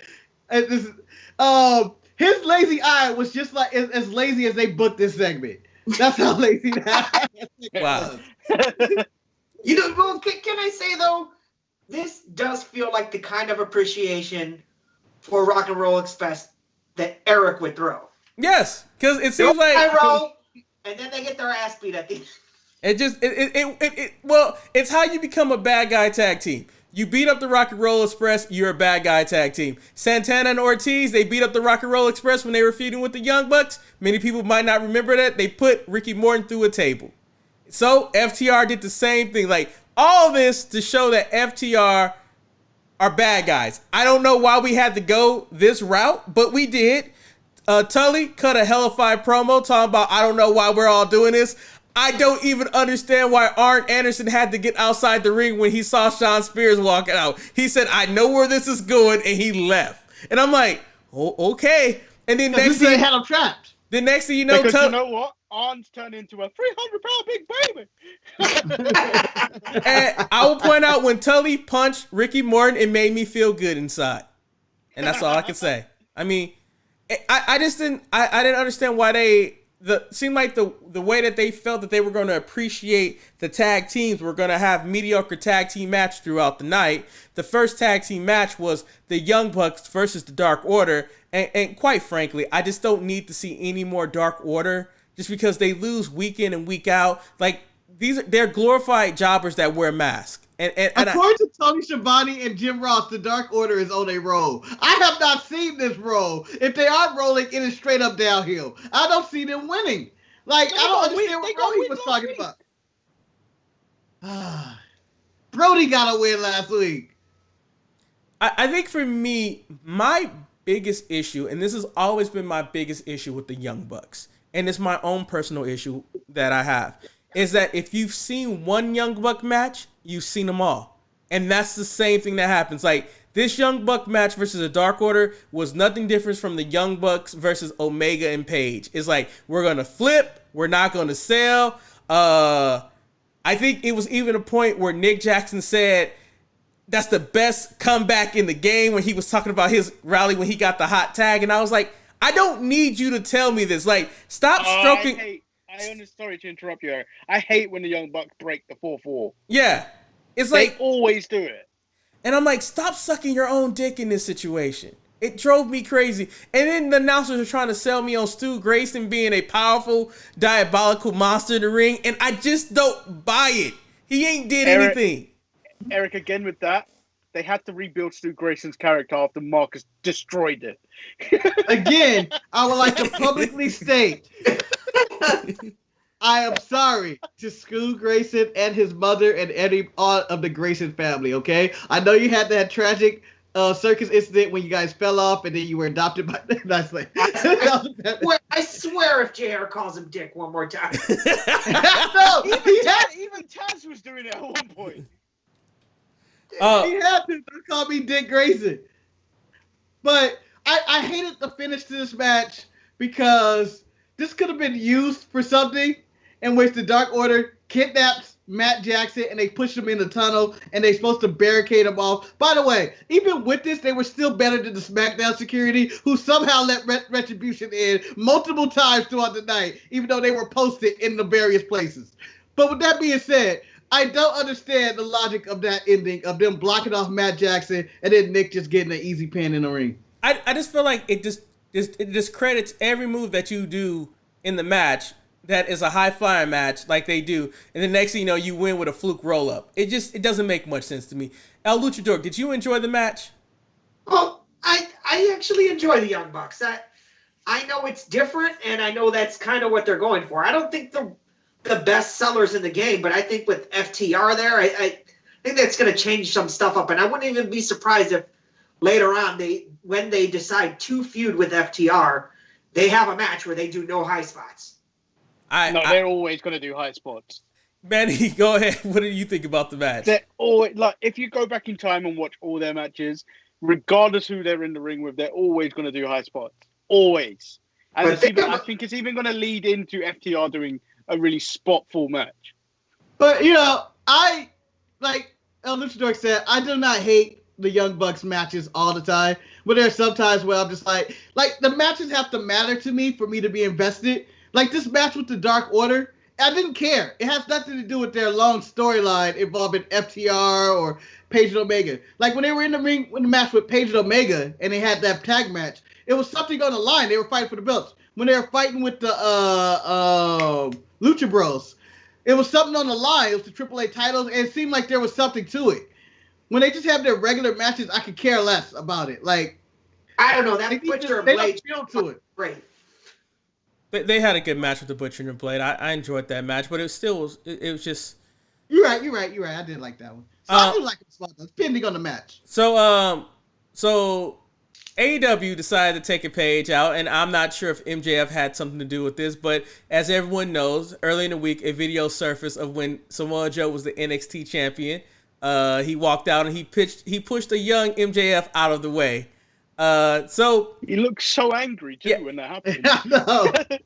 So AEW decided to recreate this, and of course, as always, since black people can't get over, the black jobber got pushed against the wall. I'm not going to even do that narrative. It's always that guy, though. I don't even want to do that narrative. I think MJF is money. My biggest issue is that I don't think I needed another, speech segment that he did, because you've done that. I did like the fact when they went with the top-down camera. I like that was an extra additive selling the story that John only likes people who's willing to lay down with him. the attack with John Moxley For was kind down him, not lay down with him, Aaron. We're not talking about Renee. Just lay down for him. Hey, man. I mean, like sending his whole debate team to meet Mox. I guess it's good that Mox got his hands on him, but is this really getting the traction that we need to be the main event for their next show, Manny? Well, I hope first of all that this goes on longer than 1 month, because this seems like a program that should. Yeah. Oh yeah. And I hope the black guy that MJF pushed has an amazing career where he's in a position where he can replicate that spot. Just keep that spot going on and on and on. What about you, LuchaDork? My fear with Manny is never mind, Marcus, that's going to be somebody that really sucks and does it, and you're going to be like, oh, that's the end of that. Well, I love that spot because with Joe will choke your ass out. Yeah. With MJF, he's going to get his security to choke your ass out. Yeah. But what I'd like to see MJF do next is the do negative ads about John. You know. I mean, like, do you know John Moxley doesn't recycle? I think that would be amazing, but I think that you need to incorporate that as MJF has a match. Like, he needs to wrestle. Like, I get that he's talking, but I need to see him have a match, whether it's a match where he cheats to win, but like you said, after the match, this match was played by MJF for 2020. Do you know who your champion is? Your champ, and it talks about John Moxley, and I think that would make it to a better spot. My biggest issue for this, I like MJF, but I feel like MJF should be doing this for the TNT championship, and somebody like, and I feel like somebody like Omega should be going after Moxley in a meaningful feud instead of being the tag team champ. And I think that's my issue. I feel like you have one of the biggest and brightest stars of ladder, Kenny Omega, and you guys have him in this ridiculous storyline to kiss up to the Young Bucks. Guys, he has himself. He is an EVP. He put himself in this position. Yeah, sometimes I wonder if it's him trying to not be have everybody say, well, you booked the show, so of course you booked yourself there. He's doing the opposite of what Cody's doing. Exactly, and that's what, and also what the Young Bucks are doing. Yeah, because they're booking themselves. Everybody has to call them the best tag team in the world in every tag team segment. And you got, you're the best in the world and all that. It's like, but I do think Cody's trying to get that 4th star though, man. He's trying hard, man. He's trying hard. I'm not going to get hard it this week. He's not going to get it. No, he's not going to get it. I just said he's trying. Because his match this week was 2 stars. We're not even there yet. We're almost there. Marcus has to talk about Moxley MJF. Yeah. So I enjoyed the promo, and now I know they have Bamps in the AEW in Daily's place. Go to the Bamps. Go to the Bamps. He comes to the Bamps all the time. But I have no idea what that is still to this day, but he was yelling it. But I thought it was stupid for Shaquille to send your security away. That's like the Secret Service going like, Mr. President, what do you think the shooters might be? We're going to go over there instead of staying with you to protect you. And my main issue with this segment was there's no reason to have a match because Moxley just killed him. He killed him in the ring. He just beat the shit out of him. I would rather for them to do what they did in NXT and put more heat on the heel, in which they got the advantage of him and he has the staff before he just outsmarts him already. Like, it seemed like he outsmarted him in week 1. And it's like, oh, that's the end of this. So I would have rather for MJF to get the drop on him somehow, rather to put more heat on and to get the assault. I'm ready for the heel to strike first. All right, panel. The West has a couple of questions. He says, when MJF is champ, would you have Wardlow help him keep the belt for a year? Does anybody want to? Okay, I think everybody's agreed, because I mean that's the way you gotta do it. And then Wes also says AEW title holders have been champs for too long. Is that a valid question? I mean, Adam Cole was a champion for almost a year in NXT. I just think that it really depends on your quality defenses. And I think like in the AEW champion thing, like they really didn't defend the title against many people. Like Chris Jericho was the first champion, and then Mox is the next champion, and like it's really weird how the whole title picture and they defend it. It's just monster of the week or the month. There's no long-term story. Like I know Drew and Randy are, basically just going at SummerSlam, and Drew's had a bunch of like, I'm just gonna fight random people, Big Show and Lashley and Ziggler. But the build up to this match, it's like you're following Randy's story to the title, and it seemed like you're actually building to something. And you know, you make it the SummerSlam match, but normally WWE they go with maybe another pay-per-view or something like that. And it hasn't been a long-term story in AEW. It's just more like they do the match. That's the end of the feud. We never talk about it again. Whether it's Cody and Shawn Spears, whether it's Moxley and Cage, or even Lance Archer and Cody. Like, it just seems like everybody has one-offs. And I would like for them to have maybe a long-term story in which someone is building their way to the top, or they're fighting the guy, and the guy, you know, just prolong the stories. So with that being said, that we're going to talk about the TNT title match next, and that was Cody versus Scorpio Sky. I'm going to say this whole entire segment, I liked everything but the match. And the thing was, I built it up in my head that this was going to be a better match than what it could have been. But I felt like Scorpio Sky's heart wasn't into it. I'm not exactly sure what happened, but the match was just there. El Luchador, did you enjoy this TNT title match? Yeah, I thought that they would use this to build Scorpio better. I thought this was going to go to like a time limit draw or something, because they got the 20-minute time limit. So it was kind of like, what are you doing then? Where does he go next? I felt like it diminished him in so many ways, like how he was left sitting desolate in the ring and like lost, and you know, like Cody was gonna go shake his hand, but the next thing you know, here comes big bad Brody Lee that interrupts. And for the first time, I felt that, hey, this is a match that I want to see. But it's also the whole way if they've been booking the TNT titles that when it's a big show coming up, that's when a big name challenger comes at Cody for the title. Manny, Brody Lee, Cody. Is that going to be your 4-star accomplishment right there? Hell no. I hated everything about this match. Like, it wasn't good. And the fact that all night, so the start of Dynamite, you had JR run down the card, and they were going that this could be match of the year. And on paper, yeah, it could have been, but they didn't do it. They honestly didn't do it. They didn't push Sky to the level he should be, and I feel like saying he's buried is too early, but it felt like a starting of a burial. It's like they stuck the shovel in and took out some dirt. Because Scorpio Sky should be in a much better position than he is on AEW. And I think for me, Manny, to piggyback on what you said, like, in my opinion, of all the matches that Cody has had since he's been the TNT champion, he has uplifted his opponent. Although Warhorse, we agreed, looked like trash, he made Warhorse look like $1 million. He got paid. Eddie Kingston looked like $1 million. And these were people who didn't have contracts with AEW. But their own AEW talent, the first ever AEW Tag Team Champion, looked like garbage. He looked like they just didn't care. Marcus, if I'm looking too much into it, or did Sky not get any respect when I thought he would get more respect? You know, Eric, it's a moment of time. I 100% agree with you on this. His other microphone switched over. Oh, we can't hear Marcus. Apparently, the hacker doesn't want Marcus' voice to say anything.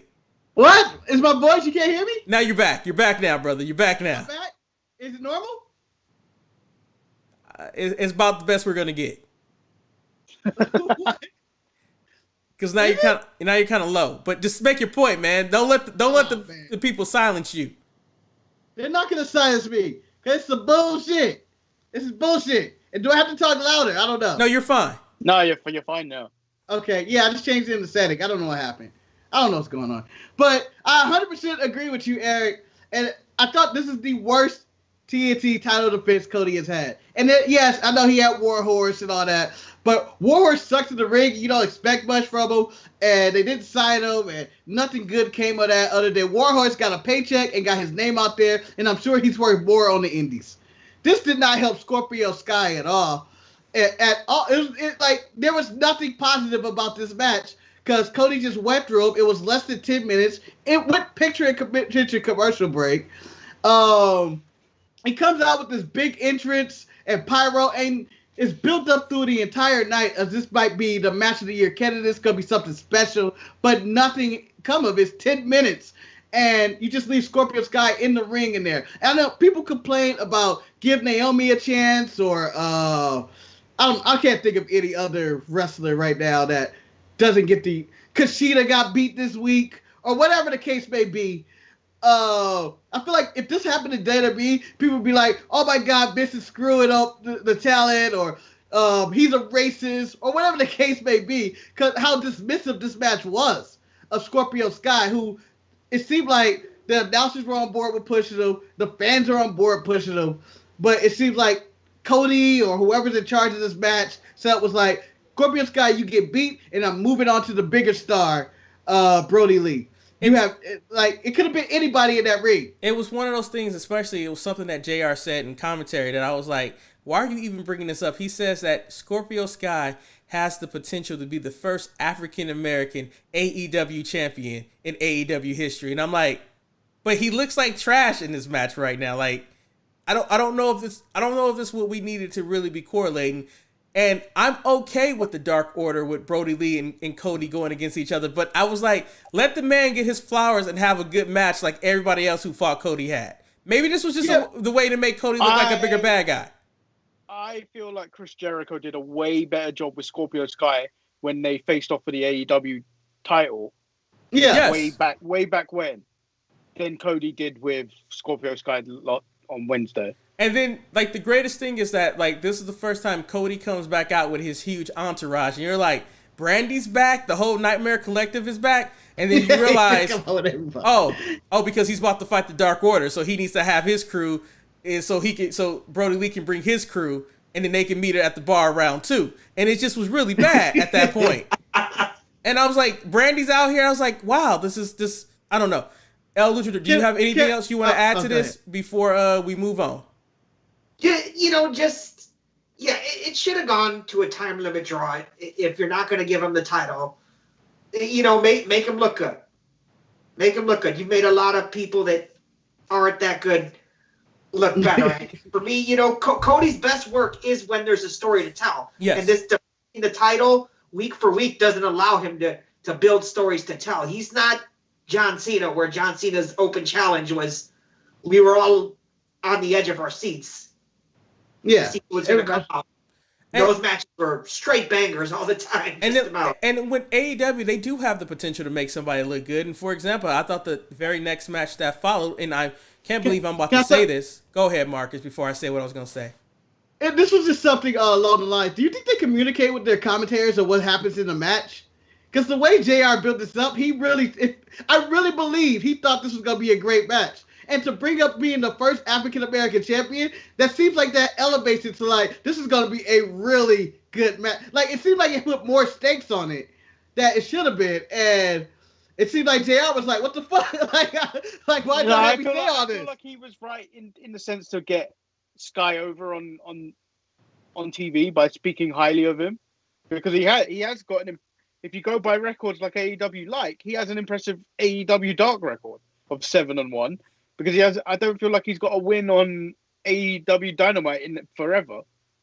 It's just, it's so many things that no one can really, because JR is doing his best, and I give JR as much credit as he can, because even when, and later on the show where they show Kazarian in the crowd, they were like, so what's going on with SCU? Like, what's the storyline? Like, Scorpio Sky's by himself, Cass is sitting by himself, and it's like, where are we going with this? But as I was going to say, Kenny Omega and Adam Page, they had a match with Jurassic Express, and surprisingly, this match exceeded my expectation. It was not as good as the Robert Stone brand against the KC Express, but at the same time, it was still a solid enough tag team match that I enjoyed the match overall.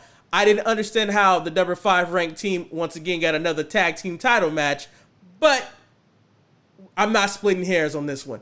I like this match. Marcus, Omega, Page, or Express, what did you think? Only thing I remember about this is Kenny punching Marco Stunt and doing a Snapdragon to him.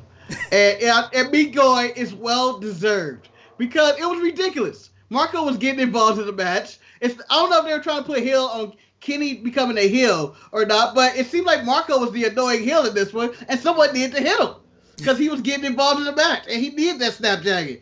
And so that's the only thing I took away from the match. Other than that, I feel like I've seen this match a million times already with the Jurassic Express versus somebody, and it just seems like it's the same match. What about you, LuchaDork? Did you enjoy this tag team title defense? Well, first I gotta agree with the Snapdragon. Like, yeah, anytime I can see Marco Stunt get his ass beat, it's always fun. That guy, he knows he doesn't have much, so he's gonna go out there and let you drop him on his fucking head. So that's much appreciated. But I'm ready for these two to do something separate. Yeah, Kenny and Paige. I'm ready for them to drop the titles to whoever. I'm assuming FTR and go add to that singles division, which I think they need some star power. Mm-hmm. And Manny, what about you taking it home for us in this segment? I enjoyed this match, but not nearly as much as the Aaliyah Mercedes AC Express. That is the real Express that I'm on board with. Now, and it's funny that we're uplifting a women's division tag team match on NXT, and unfortunately, AEW, ever since the announcement of the Deadly Draw, their women's division has pretty much disappeared. And this week was no different when you had Sheeta, who I like as a champion. I hate their belt, but I like her as a champion. She fought some unknown individual named Heather Monroe, and it was a prototypical squash match. And I just got an entrance though. Yeah, I just felt like, you know what? You know how everyone had the hashtag Naomi deserves better? AEW women's division really needs to have an upgrade. Man, Kenny Omega needs to step his game up. Marcus, Sheeta, Monroe, did you have anything that you took away from it? Other than the whole women's division thing in AEW is just not going well in general. Just they didn't feature Britt Baker this week. All their women are on this tournament. Sheeta had the squash match with someone that was absolutely terrible in the ring. And you know what? Sheeta didn't do anything that made her stand out either. And she's like, there's no one challenging her. And you see Nyla Rose just joining up with Vicky Guerrero just hanging out in the crowd now. This is, like, I don't understand what they're doing with their women's division at all. As I watch WWE programming and see, and even Impact programming and see quality women's matches, I'm just like, what the fuck is this? Like, each week. And it's abysmal. It's abysmal. Jordan Grace and Diana Purrazzo are fighting in an Iron Man match in 2 weeks. Can't wait. Mark is the biggest Jordan Grace fan that I know now. He said that with a happiness. LuchaDork, I'm going to ask you your opinion about this match also, but I want to ask you something else. I think they announced that on next week's show, the show that's going to take place on Saturday, that the finals for the Deadly Draw will take place. Have you been watching the Deadly Draw? Well, unfortunately, yes. It is. You made it through the second episode. It's bad. I didn't even touch the second episode. First, let me give you a fist bump because yes, Jordan Grace. There you go. All day, man. Whoo, that girl's fine and she can go, dude. So, but Deadly Draw, yeah, it should be called the Deadly Draw because I'm concerned that these women are going to hurt each other.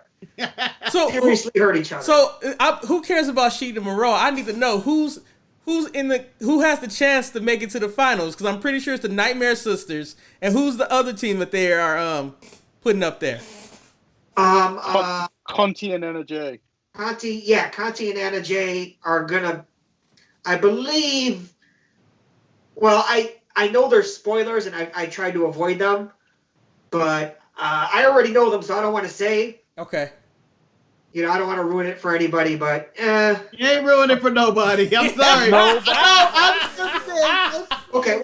But I'm saying don't spoil it. Well, I'm saying you're not ruining it. It'll be Team Swole versus Conti and Anna Jay. Oh, the Nightmare Sisters lost. Yeah. But here's my question about all this. Go ahead, Marcus. The shocking news about all this. And I know we sidetracked from the Sheeta squash, but this whole Deadly Draw random choice when everybody got their tag team partner. What was the point of this other than Nyla Rose and Cameron?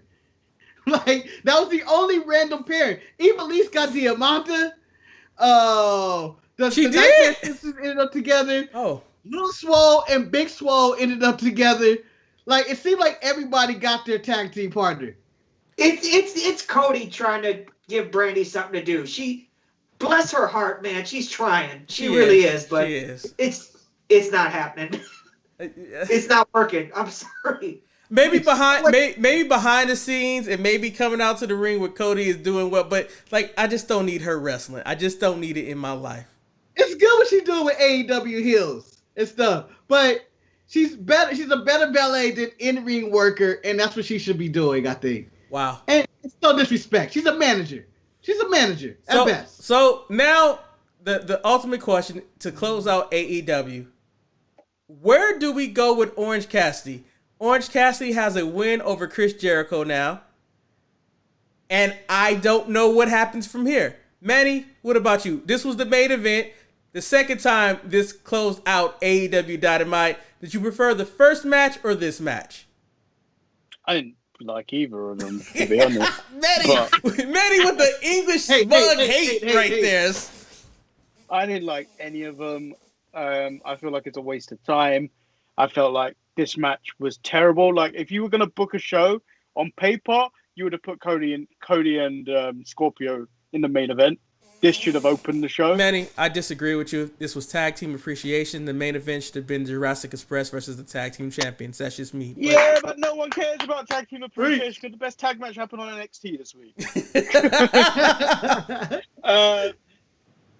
And I'm not, and I'm gonna say that match of the year candidate.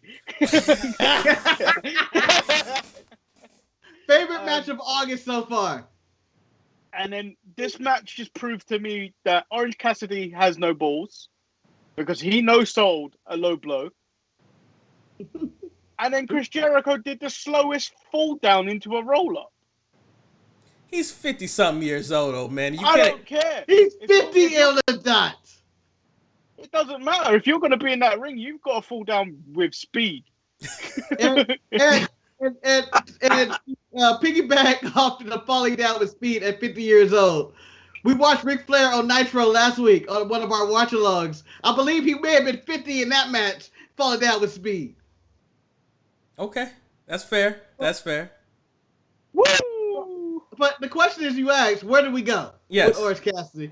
And, you know, unlike Manny, I liked the first match.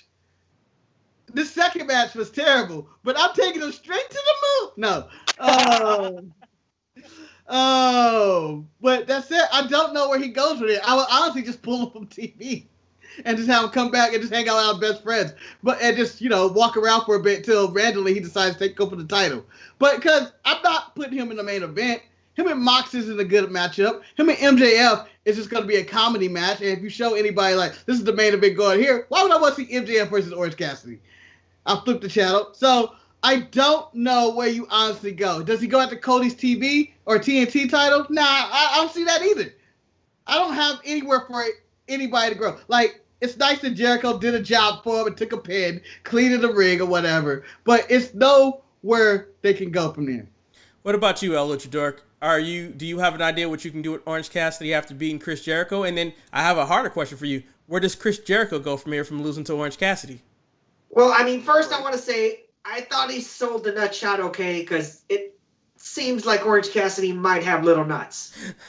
No, he sold it. He pack it much, so he sold it after the pin. You can't tell me adrenaline shot in and then he managed to do a roll up and then suddenly realized he got kicked in the nuts afterwards. He's saying that he didn't get all the nuts in it. He only got like maybe one, a partial nut. I'm sorry, you so much as grazed mine. I'm feeling that for at least. Well, Manny, thank you for letting us know you got big balls. Okay. Maybe his bicep isn't as good. It's not as strong as it used to be, so he didn't put enough work in there. Who knows? I think you go one more match. You just do one more a rubber match between the two. But this match, more than anything, really, as a dude who's grown up loving Chris Jericho, man, the man's lost his step, man. And it might be time soon to hang it up. Those dragon screws, he was falling the wrong way, and he just, look, I love Jericho. I think he's one of the all-times. He's a top 5 for me for sure, but the man's lost his step. I think what happens is that I think Jericho may have overextended himself when he was performing in Sturgis and all that, like to perform a rock concert and then also go and have a Kobe on my mind. Ayatollah of rock and Rona. I'm just saying that it's a lot of things that could have took place that led to the downfall of this match. I just don't know where they go from here. Like, for me, overall with AEW, there was one match that I liked. That was the Tag Team Championship match. But I thought they did a solid job of telling stories. I thought the segue to Brody Lee versus Cody in the match, I liked that segue. However, it's like, oh, that match happens next Saturday, so it's not a long wait. And I thought MJF and Jon Moxley did a solid enough job to get their story. It's just that they have so much other things that they need to figure out how that's going to work around that situation.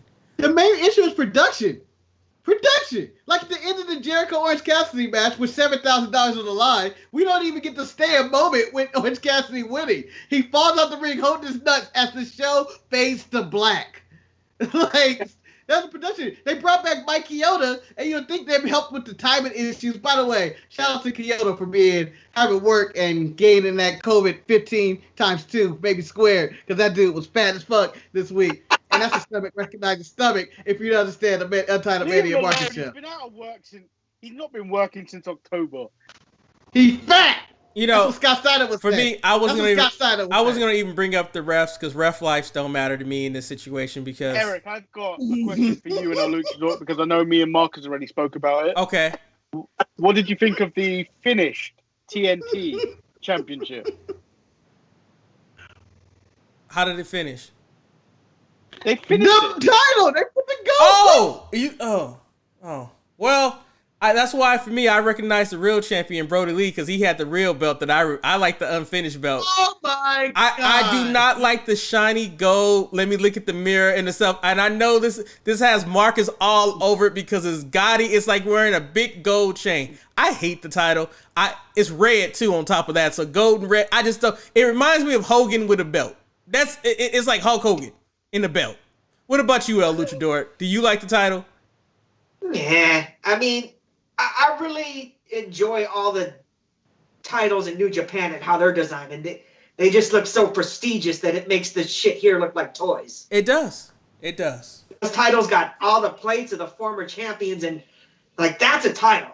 That shit looks like a title a man has, and the titles here look like toys. And it's also because I forgot to point out something that did happen on AEW that I would have point out is that it looked like Santana and Ortiz were auditioning for a spot in Retribution because they became petty as fuck when they threw Trent and Chucky's shit into the shower and turned the water on. I thought they were gonna set it on fire, but they just turned the water on. That's what we thought. Yeah, it was one of the biggest disappointments I've ever seen. Like I was like, they about to burn that shit, and then I was like, oh, they just turned water on. That's so sad. Hey, that steam's gonna heat that bleach up, and it is gonna stink in there for a while, dude. It's gonna be terrible. Let me tell you my least favorite moment. And again, I may sound down on AEW this week. But it was a solid show. I didn't hate it. It's just there was a lot of shit that annoyed me. That ruined the show. Like Manny brought up on our show every Tuesday and Thursday, that Title Manny and Market show. The pacing of the show was better. That they threw in some singles matches. They had some promo segments, and it seemed like it wasn't just a total like nonstop action high spot show.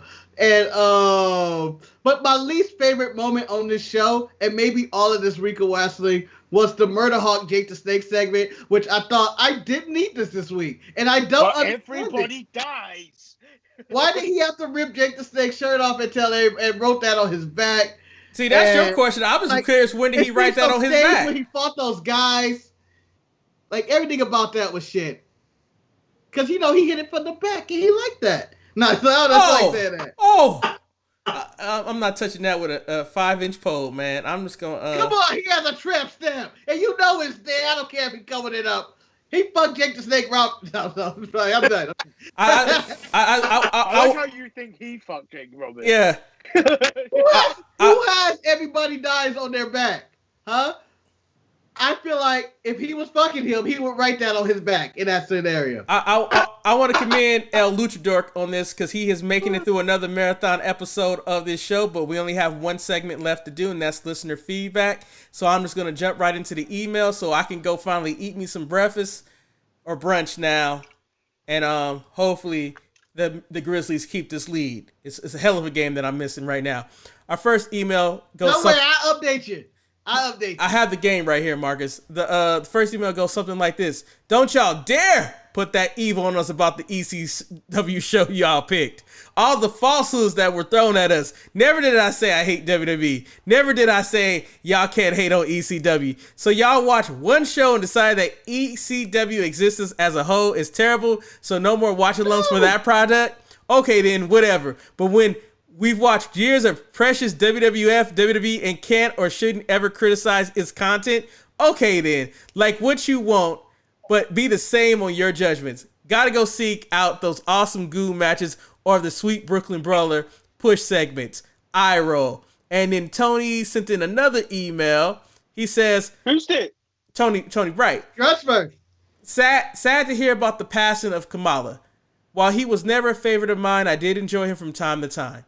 Who was this mysterious giant man from Uganda? Why is his mag so large? He has killed anyone, anything with that spear. I did quite enjoy his antics in patting his belly and trying to pin his opponents when they were on their stomachs. He was very believable, as well as he looked generally frightened by The Undertaker. Rest in peace, Kamala." Tony, you know, we admit that the show that we picked for ECW was not a good show. And the only reason why that show got picked is because we had watched an episode of WCW Nitro from September 11, 1995. We wanted to see what was... No, actually, it was September 5th. Eric, hold on. We don't have to explain ourselves. But Manny... We didn't like it. Manny, we didn't like it. I am a man who will explain. And you guys don't have to speak. I'm just saying... I have not eliminated ECW from my life, but I think I will be more judicious at what shows I pick to watch. that is you all. You said you were in a bad relationship. Well, it clearly That's crazy. Hardcore TV is not something that was for me. It just is not as and I love how you say that we've watched years of precious WWE that was bad. For me, WWE as a whole has not been bad. I've enjoyed what they do. It's some segments I don't like, but I enjoy it. And call me a WWE fanboy if you want, but that's who I am. Marcus, You're Mark. Do you have any? You're Mark. I might be a Mark. You do you, boo-boo. Yeah, Mark. You're Mark. What I'm saying is that we criticized one bad episode of ECW. It was a bad episode. There was not much happening. We enjoyed the matches and we were invested in some of the stuff, but there was a block of just horribleness that you were like, oh, this is horrible. There was a good solid 20 minutes of bullshit on that show. Where it was like a 15-minute spliced up promo. But gentlemen, we don't need to and that guy. We don't need to re-adjudicate this. If you want to see what we're talking about, go back and watch the ECW Watch Alone from September 5th, 1995. Whew. What a show. LuchaDork, I'll ask, were you an ECW fan? Some of their stuff. I mean, we kind of, I feel like we romanticize it and we forget, like, some of this shit was trash. Sorry, it wasn't all good. WCW wasn't all good. Old WWF wasn't all good. Hey, so, the first episode of Nitro wasn't that bad.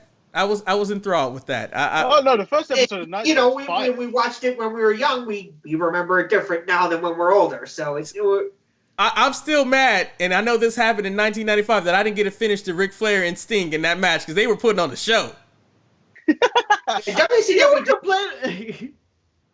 You complain about Gorilla Press Slams on the entire show, the match. Oh, there was so many. But there were so many though, Marcus. But it was also that's what they did. That's what Ric Flair and Sting did. Yeah, they had to get the Hogan show, Thunder Island. Yeah, but it'd be interesting what's on tomorrow. Judging the entire wrestling show by you're behind, huh? I am on the game, huh? Is it over? You celebrate something. You behind. Oh, because I have Memphis only down by 1 point. Oh, never mind. Dame just hit a 3. Yeah. Shit. So, you fucker. You a son of a bitch, Marcus. I wanted to wait till you got to that. you know, there are good shows and bad shows. As we continue our watch along through Raw and Nitro, which I think we're doing another one tomorrow. I'm sure it's gonna be a bunch of good and some bad throughout the game. I mean, throughout the watch along. That we're gonna be like, oh, this is not good, this is not bad. Just like ECW, bad show. There's a lot of good ECW that I really do enjoy, some matches. But this was a bad show. I'm not condemning the entire product. LuchaDork, do you actually enjoy the watch alongs? Yeah, no, when I have time, which is here and there, yeah, no, I love watching old stuff and talking about it and just reminiscing, and it's a good time if you're into looking at that throwback stuff, which fans like us, I assume that's what we like, you know. I commend Marcus I commend Marcus and Manny for being able to sit through 3 hours of SummerSlam. I don't know if that was a good SummerSlam '98, but you guys. That 2002 one is. Whew, yeah, that one was really great. When you got? Oh, that was the week before. Yeah, 2 weeks ago. What are you guys? It's exhausting. What are you guys watching this Friday? So I'm booking a show of the best. Although I don't think I'm going to do that many because it's going to be a pain to find all this stuff, and then there's going to be a lot of downtime. Just 3. That's about an hour of. Let's do a short one. So you're not even doing a show. I was going to actually throw my hat in there and be a participant of this. No, we're going to do it. It's going to be a watch along. We're going to watch 3 shows. You can join in anytime. It's going to be Friday as always. But Manny doesn't get work aired. He gets at home aired because I'm on vacation. Or as they say in the UK. I can't wait for The Last Dragon. Yeah, when is The Last Dragon supposed to take place? Oh, I'm down whatever. It's up to, you guys. Well, I think Manny's the one to say, this whole DSPN network has been a time sink. Oh, but let me get back to the emails because I forgot my stomach has. It's my new job, y'all. This is my second job. Chris Royal says, "Yep, one time I almost killed a rabbit by accident. During one hot teen summer, I was told to cut the grass, a task I always hated because freshly cut grass sends me into a sneezing frenzy. Now then, I was 3/4 of the way done when suddenly, as I went over a patch near a peach tree, the lower mower stalled. I backed up and went back over the area again, another stall. But this time after I backed up, a rabbit appeared shaking, convulsing. So what was one to do? Yes, I did. Just that. Quit mowing. Went inside and said, I think there's a dead rabbit in the yard. Told my dad I wasn't cutting grass anymore, and I didn't. Well, I still did the front. But for the rest of the summer, I refused to cut the back. As for what happened to Bugs or Roger, it wasn't there after it got mauled. All that appeared was some fur on the lawn, as I was told. Oh, man. Oh, poor Bugs, man. Man. We're gonna call him the new mauler. Oh man, I just imagine the Mexicans writing on his line, him like that, just going like, oh shit. All right, our last email comes from Classic D. He says, "Classic here. Damn, Kamala died. Man, I really did believe he was from Uganda. That gimmick was real to me. Are Blackfish and Mandy and Sonya finally getting some shine? I marked out a little bit when Mandy rolled up on her for the beatdown. This pandemic has really worked out for a number of wrestlers. So many nobodies are getting TV time. Look at Tozawa. He has a crew of ninjas. That's tight. Shelton's with the beatdown crew. Apollo Crews is the U.S. champion. Now, it's not what we were used to, but it's still stories we talk about every week. Did I see Abyss on SmackDown? AEW. I don't really watch it, but the IWC swears by it. I've gotten into heated discussions with AEW fans, and they swear flipping, jumping, and Canadian destroyers are the best thing since the power bomb. This is no sell wrestling to me. Maybe I'm just getting old, and this new generation of fans have a different view of what wrestling is. My question, Shawn Michaels, the showstopper. There's no argument on how great he is. He's at the top of so many lists. Mr. WrestleMania. How come every time there's a discussion about greatness, the names we always hear are Hogan, Austin, Rock, Cena? Where does Michael fit in this discussion? No, he's no Mount Rushmore, but where in the discussion do we say, nah, not Shawn Michaels? I feel like he has a mountain of accolades, but it comes to a cliff that stops. Where does the most entertaining wrestler in WWE history plateau off in discussion on greatness? He's the guy with the impressive resume who can't get into the room. Watch out for that Ray Phoenix fade. I first, before we talk about Shawn Michaels, Wait, he's trying to catch Ray Phoenix. Oh, is he talking about the botch Ray Phoenix did this week? possibly. I didn't see it. I didn't pay attention. He was on top of some guy. He was just hitting with the hand punches, where his right arm got all the hits. Yeah, I saw that. I blame AEW's production. Like, somebody watched that again and was like, I didn't see anything wrong with that. They could have easily cut to a different angle. Like, that's his fault, in my opinion. Like Classic D said, I think Kamala was real to me too. Like, when the Ugandan Giant came out to the ring, it was always a spectacle, and that is something that we don't have in wrestling anymore. We don't have that spectacle of a character that comes out and be like, oh my God. As for Shawn Michaels, I think Shawn Michaels doesn't get the credit or get the flowers because when he was champion, that's when WWE was losing to WCW. That was my opinion on that one. I don't know. What about you, LuchaDork? Why do you think Shawn Michaels doesn't get the recognition that he could deserve? Well, first, there can only be one Kamala, so. That is true. Even Umaga tried to redo it, but he couldn't do it. Yeah, but Vince tried to make Umaga, and I feel like that was a Kamala ripoff. I enjoyed Umaga, but, Shawn doesn't get on there because there's different things that get you on there. He's a great worker, but I mean, he didn't sell out arenas like The Rock, like Austin, like Hogan. So maybe there needs to be, another monument dedicated to the guys who just were great in-ring workers. And if that ever comes, Shawn's on that. That was mellow, Marcus. I know, but I'm just pointing to my watch because there's no way I can signal mellow time or whatever. I'm sorry. The point of it's going to destroy the Grizzlies. And here's, I agree with you. The reason I think Shawn doesn't get the notoriety is not because he was losing the Rays or all that. It's because, he was a dick and an asshole for a lot of it. And people remember him being a dick. People blame him for the Montreal Screwjob and so much other stuff. His flamboyantness, him posing in Playgirl. Shawn Michaels was a unique individual. I think he gets credit for his in-ring work, but when you compare people to Rock, Austin, Hogan, those are the biggest draws ever. Like, those those are larger than life. If you walk down the street and you bring up Hulk Hogan, The Rock, Stone Cold Steve Austin, Undertaker, or Triple H, and even Ric Flair, those are instantly people recognize them as wrestlers. When you go Shawn Michaels, it may be a pause for a second, and you think, oh yeah, I remember that guy. But they're not the big money draws he wasn't the big money draw that was the Hogans and Austins at the height of the Attitude Era, which was the most popular era in wrestling. So, but that's why I would say that's a bit like Brett, where Brett, though as amazing as Brett was, I don't think he made it to that level of stardom of like Austin, Rock, everything, because they were the guys that just worked.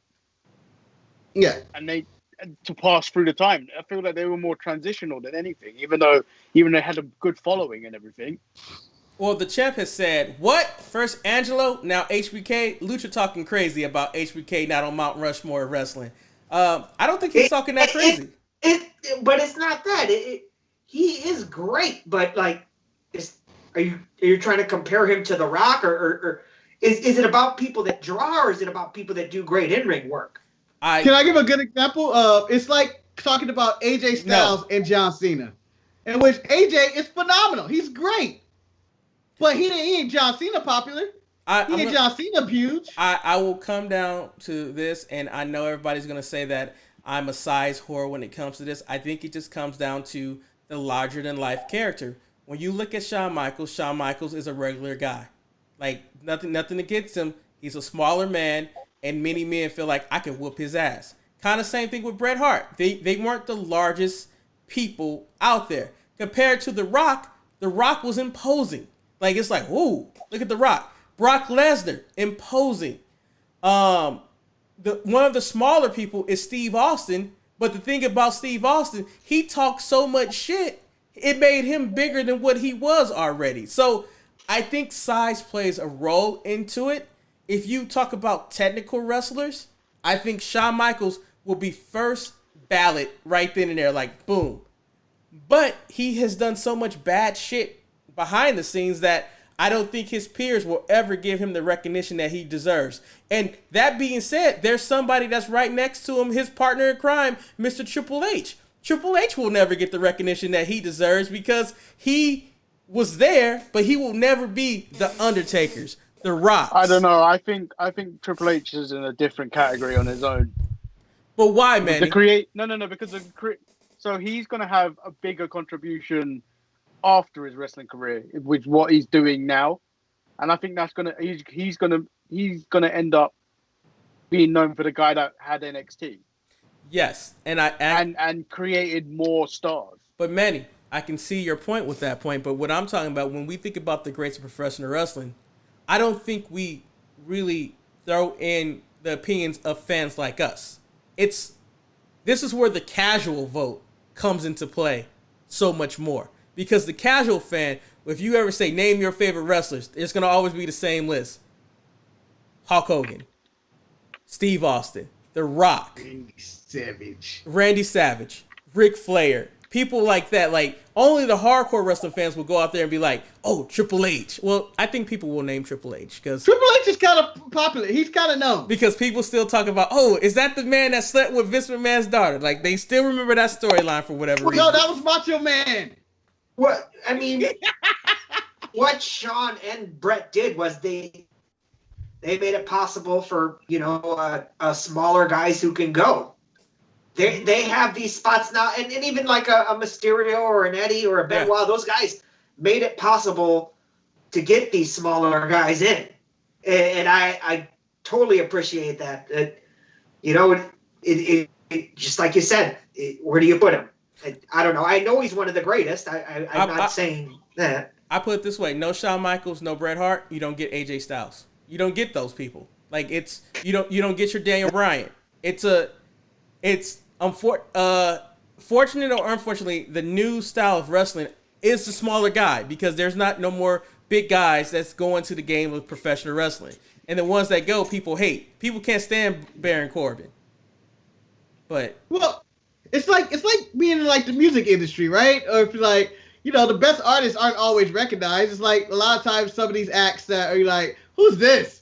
And you listen to it, you're like, that's some shitty ass music. You need to check out this person with these dope lyrics and beat. But most people, I don't give a damn about your lyrics. I just want to hear the beat. I just want to bob my head. And I know that's what most of the pop culture do. Where you have somebody that's like, oh, he's spitting mad lyrics. This dude, he deep. This is a good artist. But it's like, I don't care about this. That's you tell that the finals. I know what it was, Marcus. 122 to the Trailblazers. But speaking of Trailblazers, I'm just saying that whenever you're like in music or feels like, Michael Bay get $1 billion to do a movie, and then you give somebody less, I feel like the bigger deal. Titanic is fuck it, I'm rambling. I'm hot. HBK, Wesley said no HBK, no Richard O'Shea.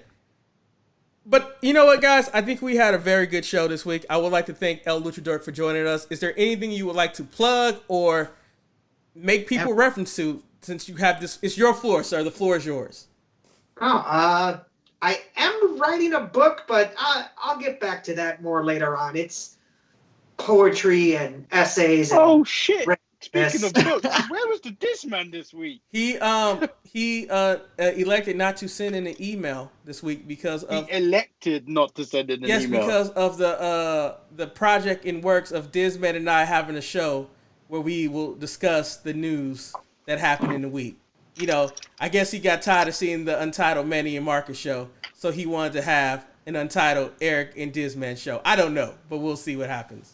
So stay tuned to the network to figure out if that comes to fruition. But it might end up like hate on the plate. It better not impact our programming schedule. Because if you go head to head, we're gonna win. Ooh, ratings war. Manny, you guys will lose. You know why you will lose? Because I will just change the password to eCam. You guys can't log in and do it. Like we ain't got money. That's it. We're our advertising. Leon Ruff is gonna do our cameos. All right. All right. So we're okay. Shotzi Blackheart replied to Manny this week. Yeah. So Sucker. yeah. So moves. We're making moves, all right? Financial moves. So if you so happy and we have to start the Untitled channel, we will do it, Eric. We will do it. And I would do Hate on a Plate. We are the real primetime players. Money. No, I was about to say millions of dollars. Is it millions of dollars or which one? I don't want to mix it up with the Primetime players. millions of dollars. Well, at the same time, Millions of dollars. real recognize real. I do understand that the Untitled Manny and Marcus show is what brings the revenue here, but we were the foundation. We were the foundation. This show was. It was just you and I, Marcus. But you brought Manny into the fold, and you ruined our relationship, Marcus. You ruined our relationship. With that being said, and we've got stuff in the works. I'm just saying. That's okay. That's what do we have? You know, we're on that grind flu. I still got that ace in the hole. I can make Sharpie Wife do a show. What you gonna do about that? No, I'm not gonna do that. I don't have time for any more shows. With that being said, I'm Eric. I'm Lord Manny. Hey. Ho ho! I'm Marcus the grand finale. And we really would like to pass it. We would really like to thank LuchaDork for joining us on this week's episode. It's been a blast. He survived 3+ hours of talking about nonsense, and Mark is almost dying from sweaty ears. We hope you guys. How much sweat is under that mask right now? And we're not going to acknowledge West's comment in the chat. We hope you guys enjoyed this episode. Into next week, which I believe the show will be taking place on Sunday because of AEW not being able to compete with NBA basketball. We'll see you then. Preview show. SummerSlam preview show, Jack. We lead in. Stay sharp. We're out. Yeah, how much sweat is under that mask?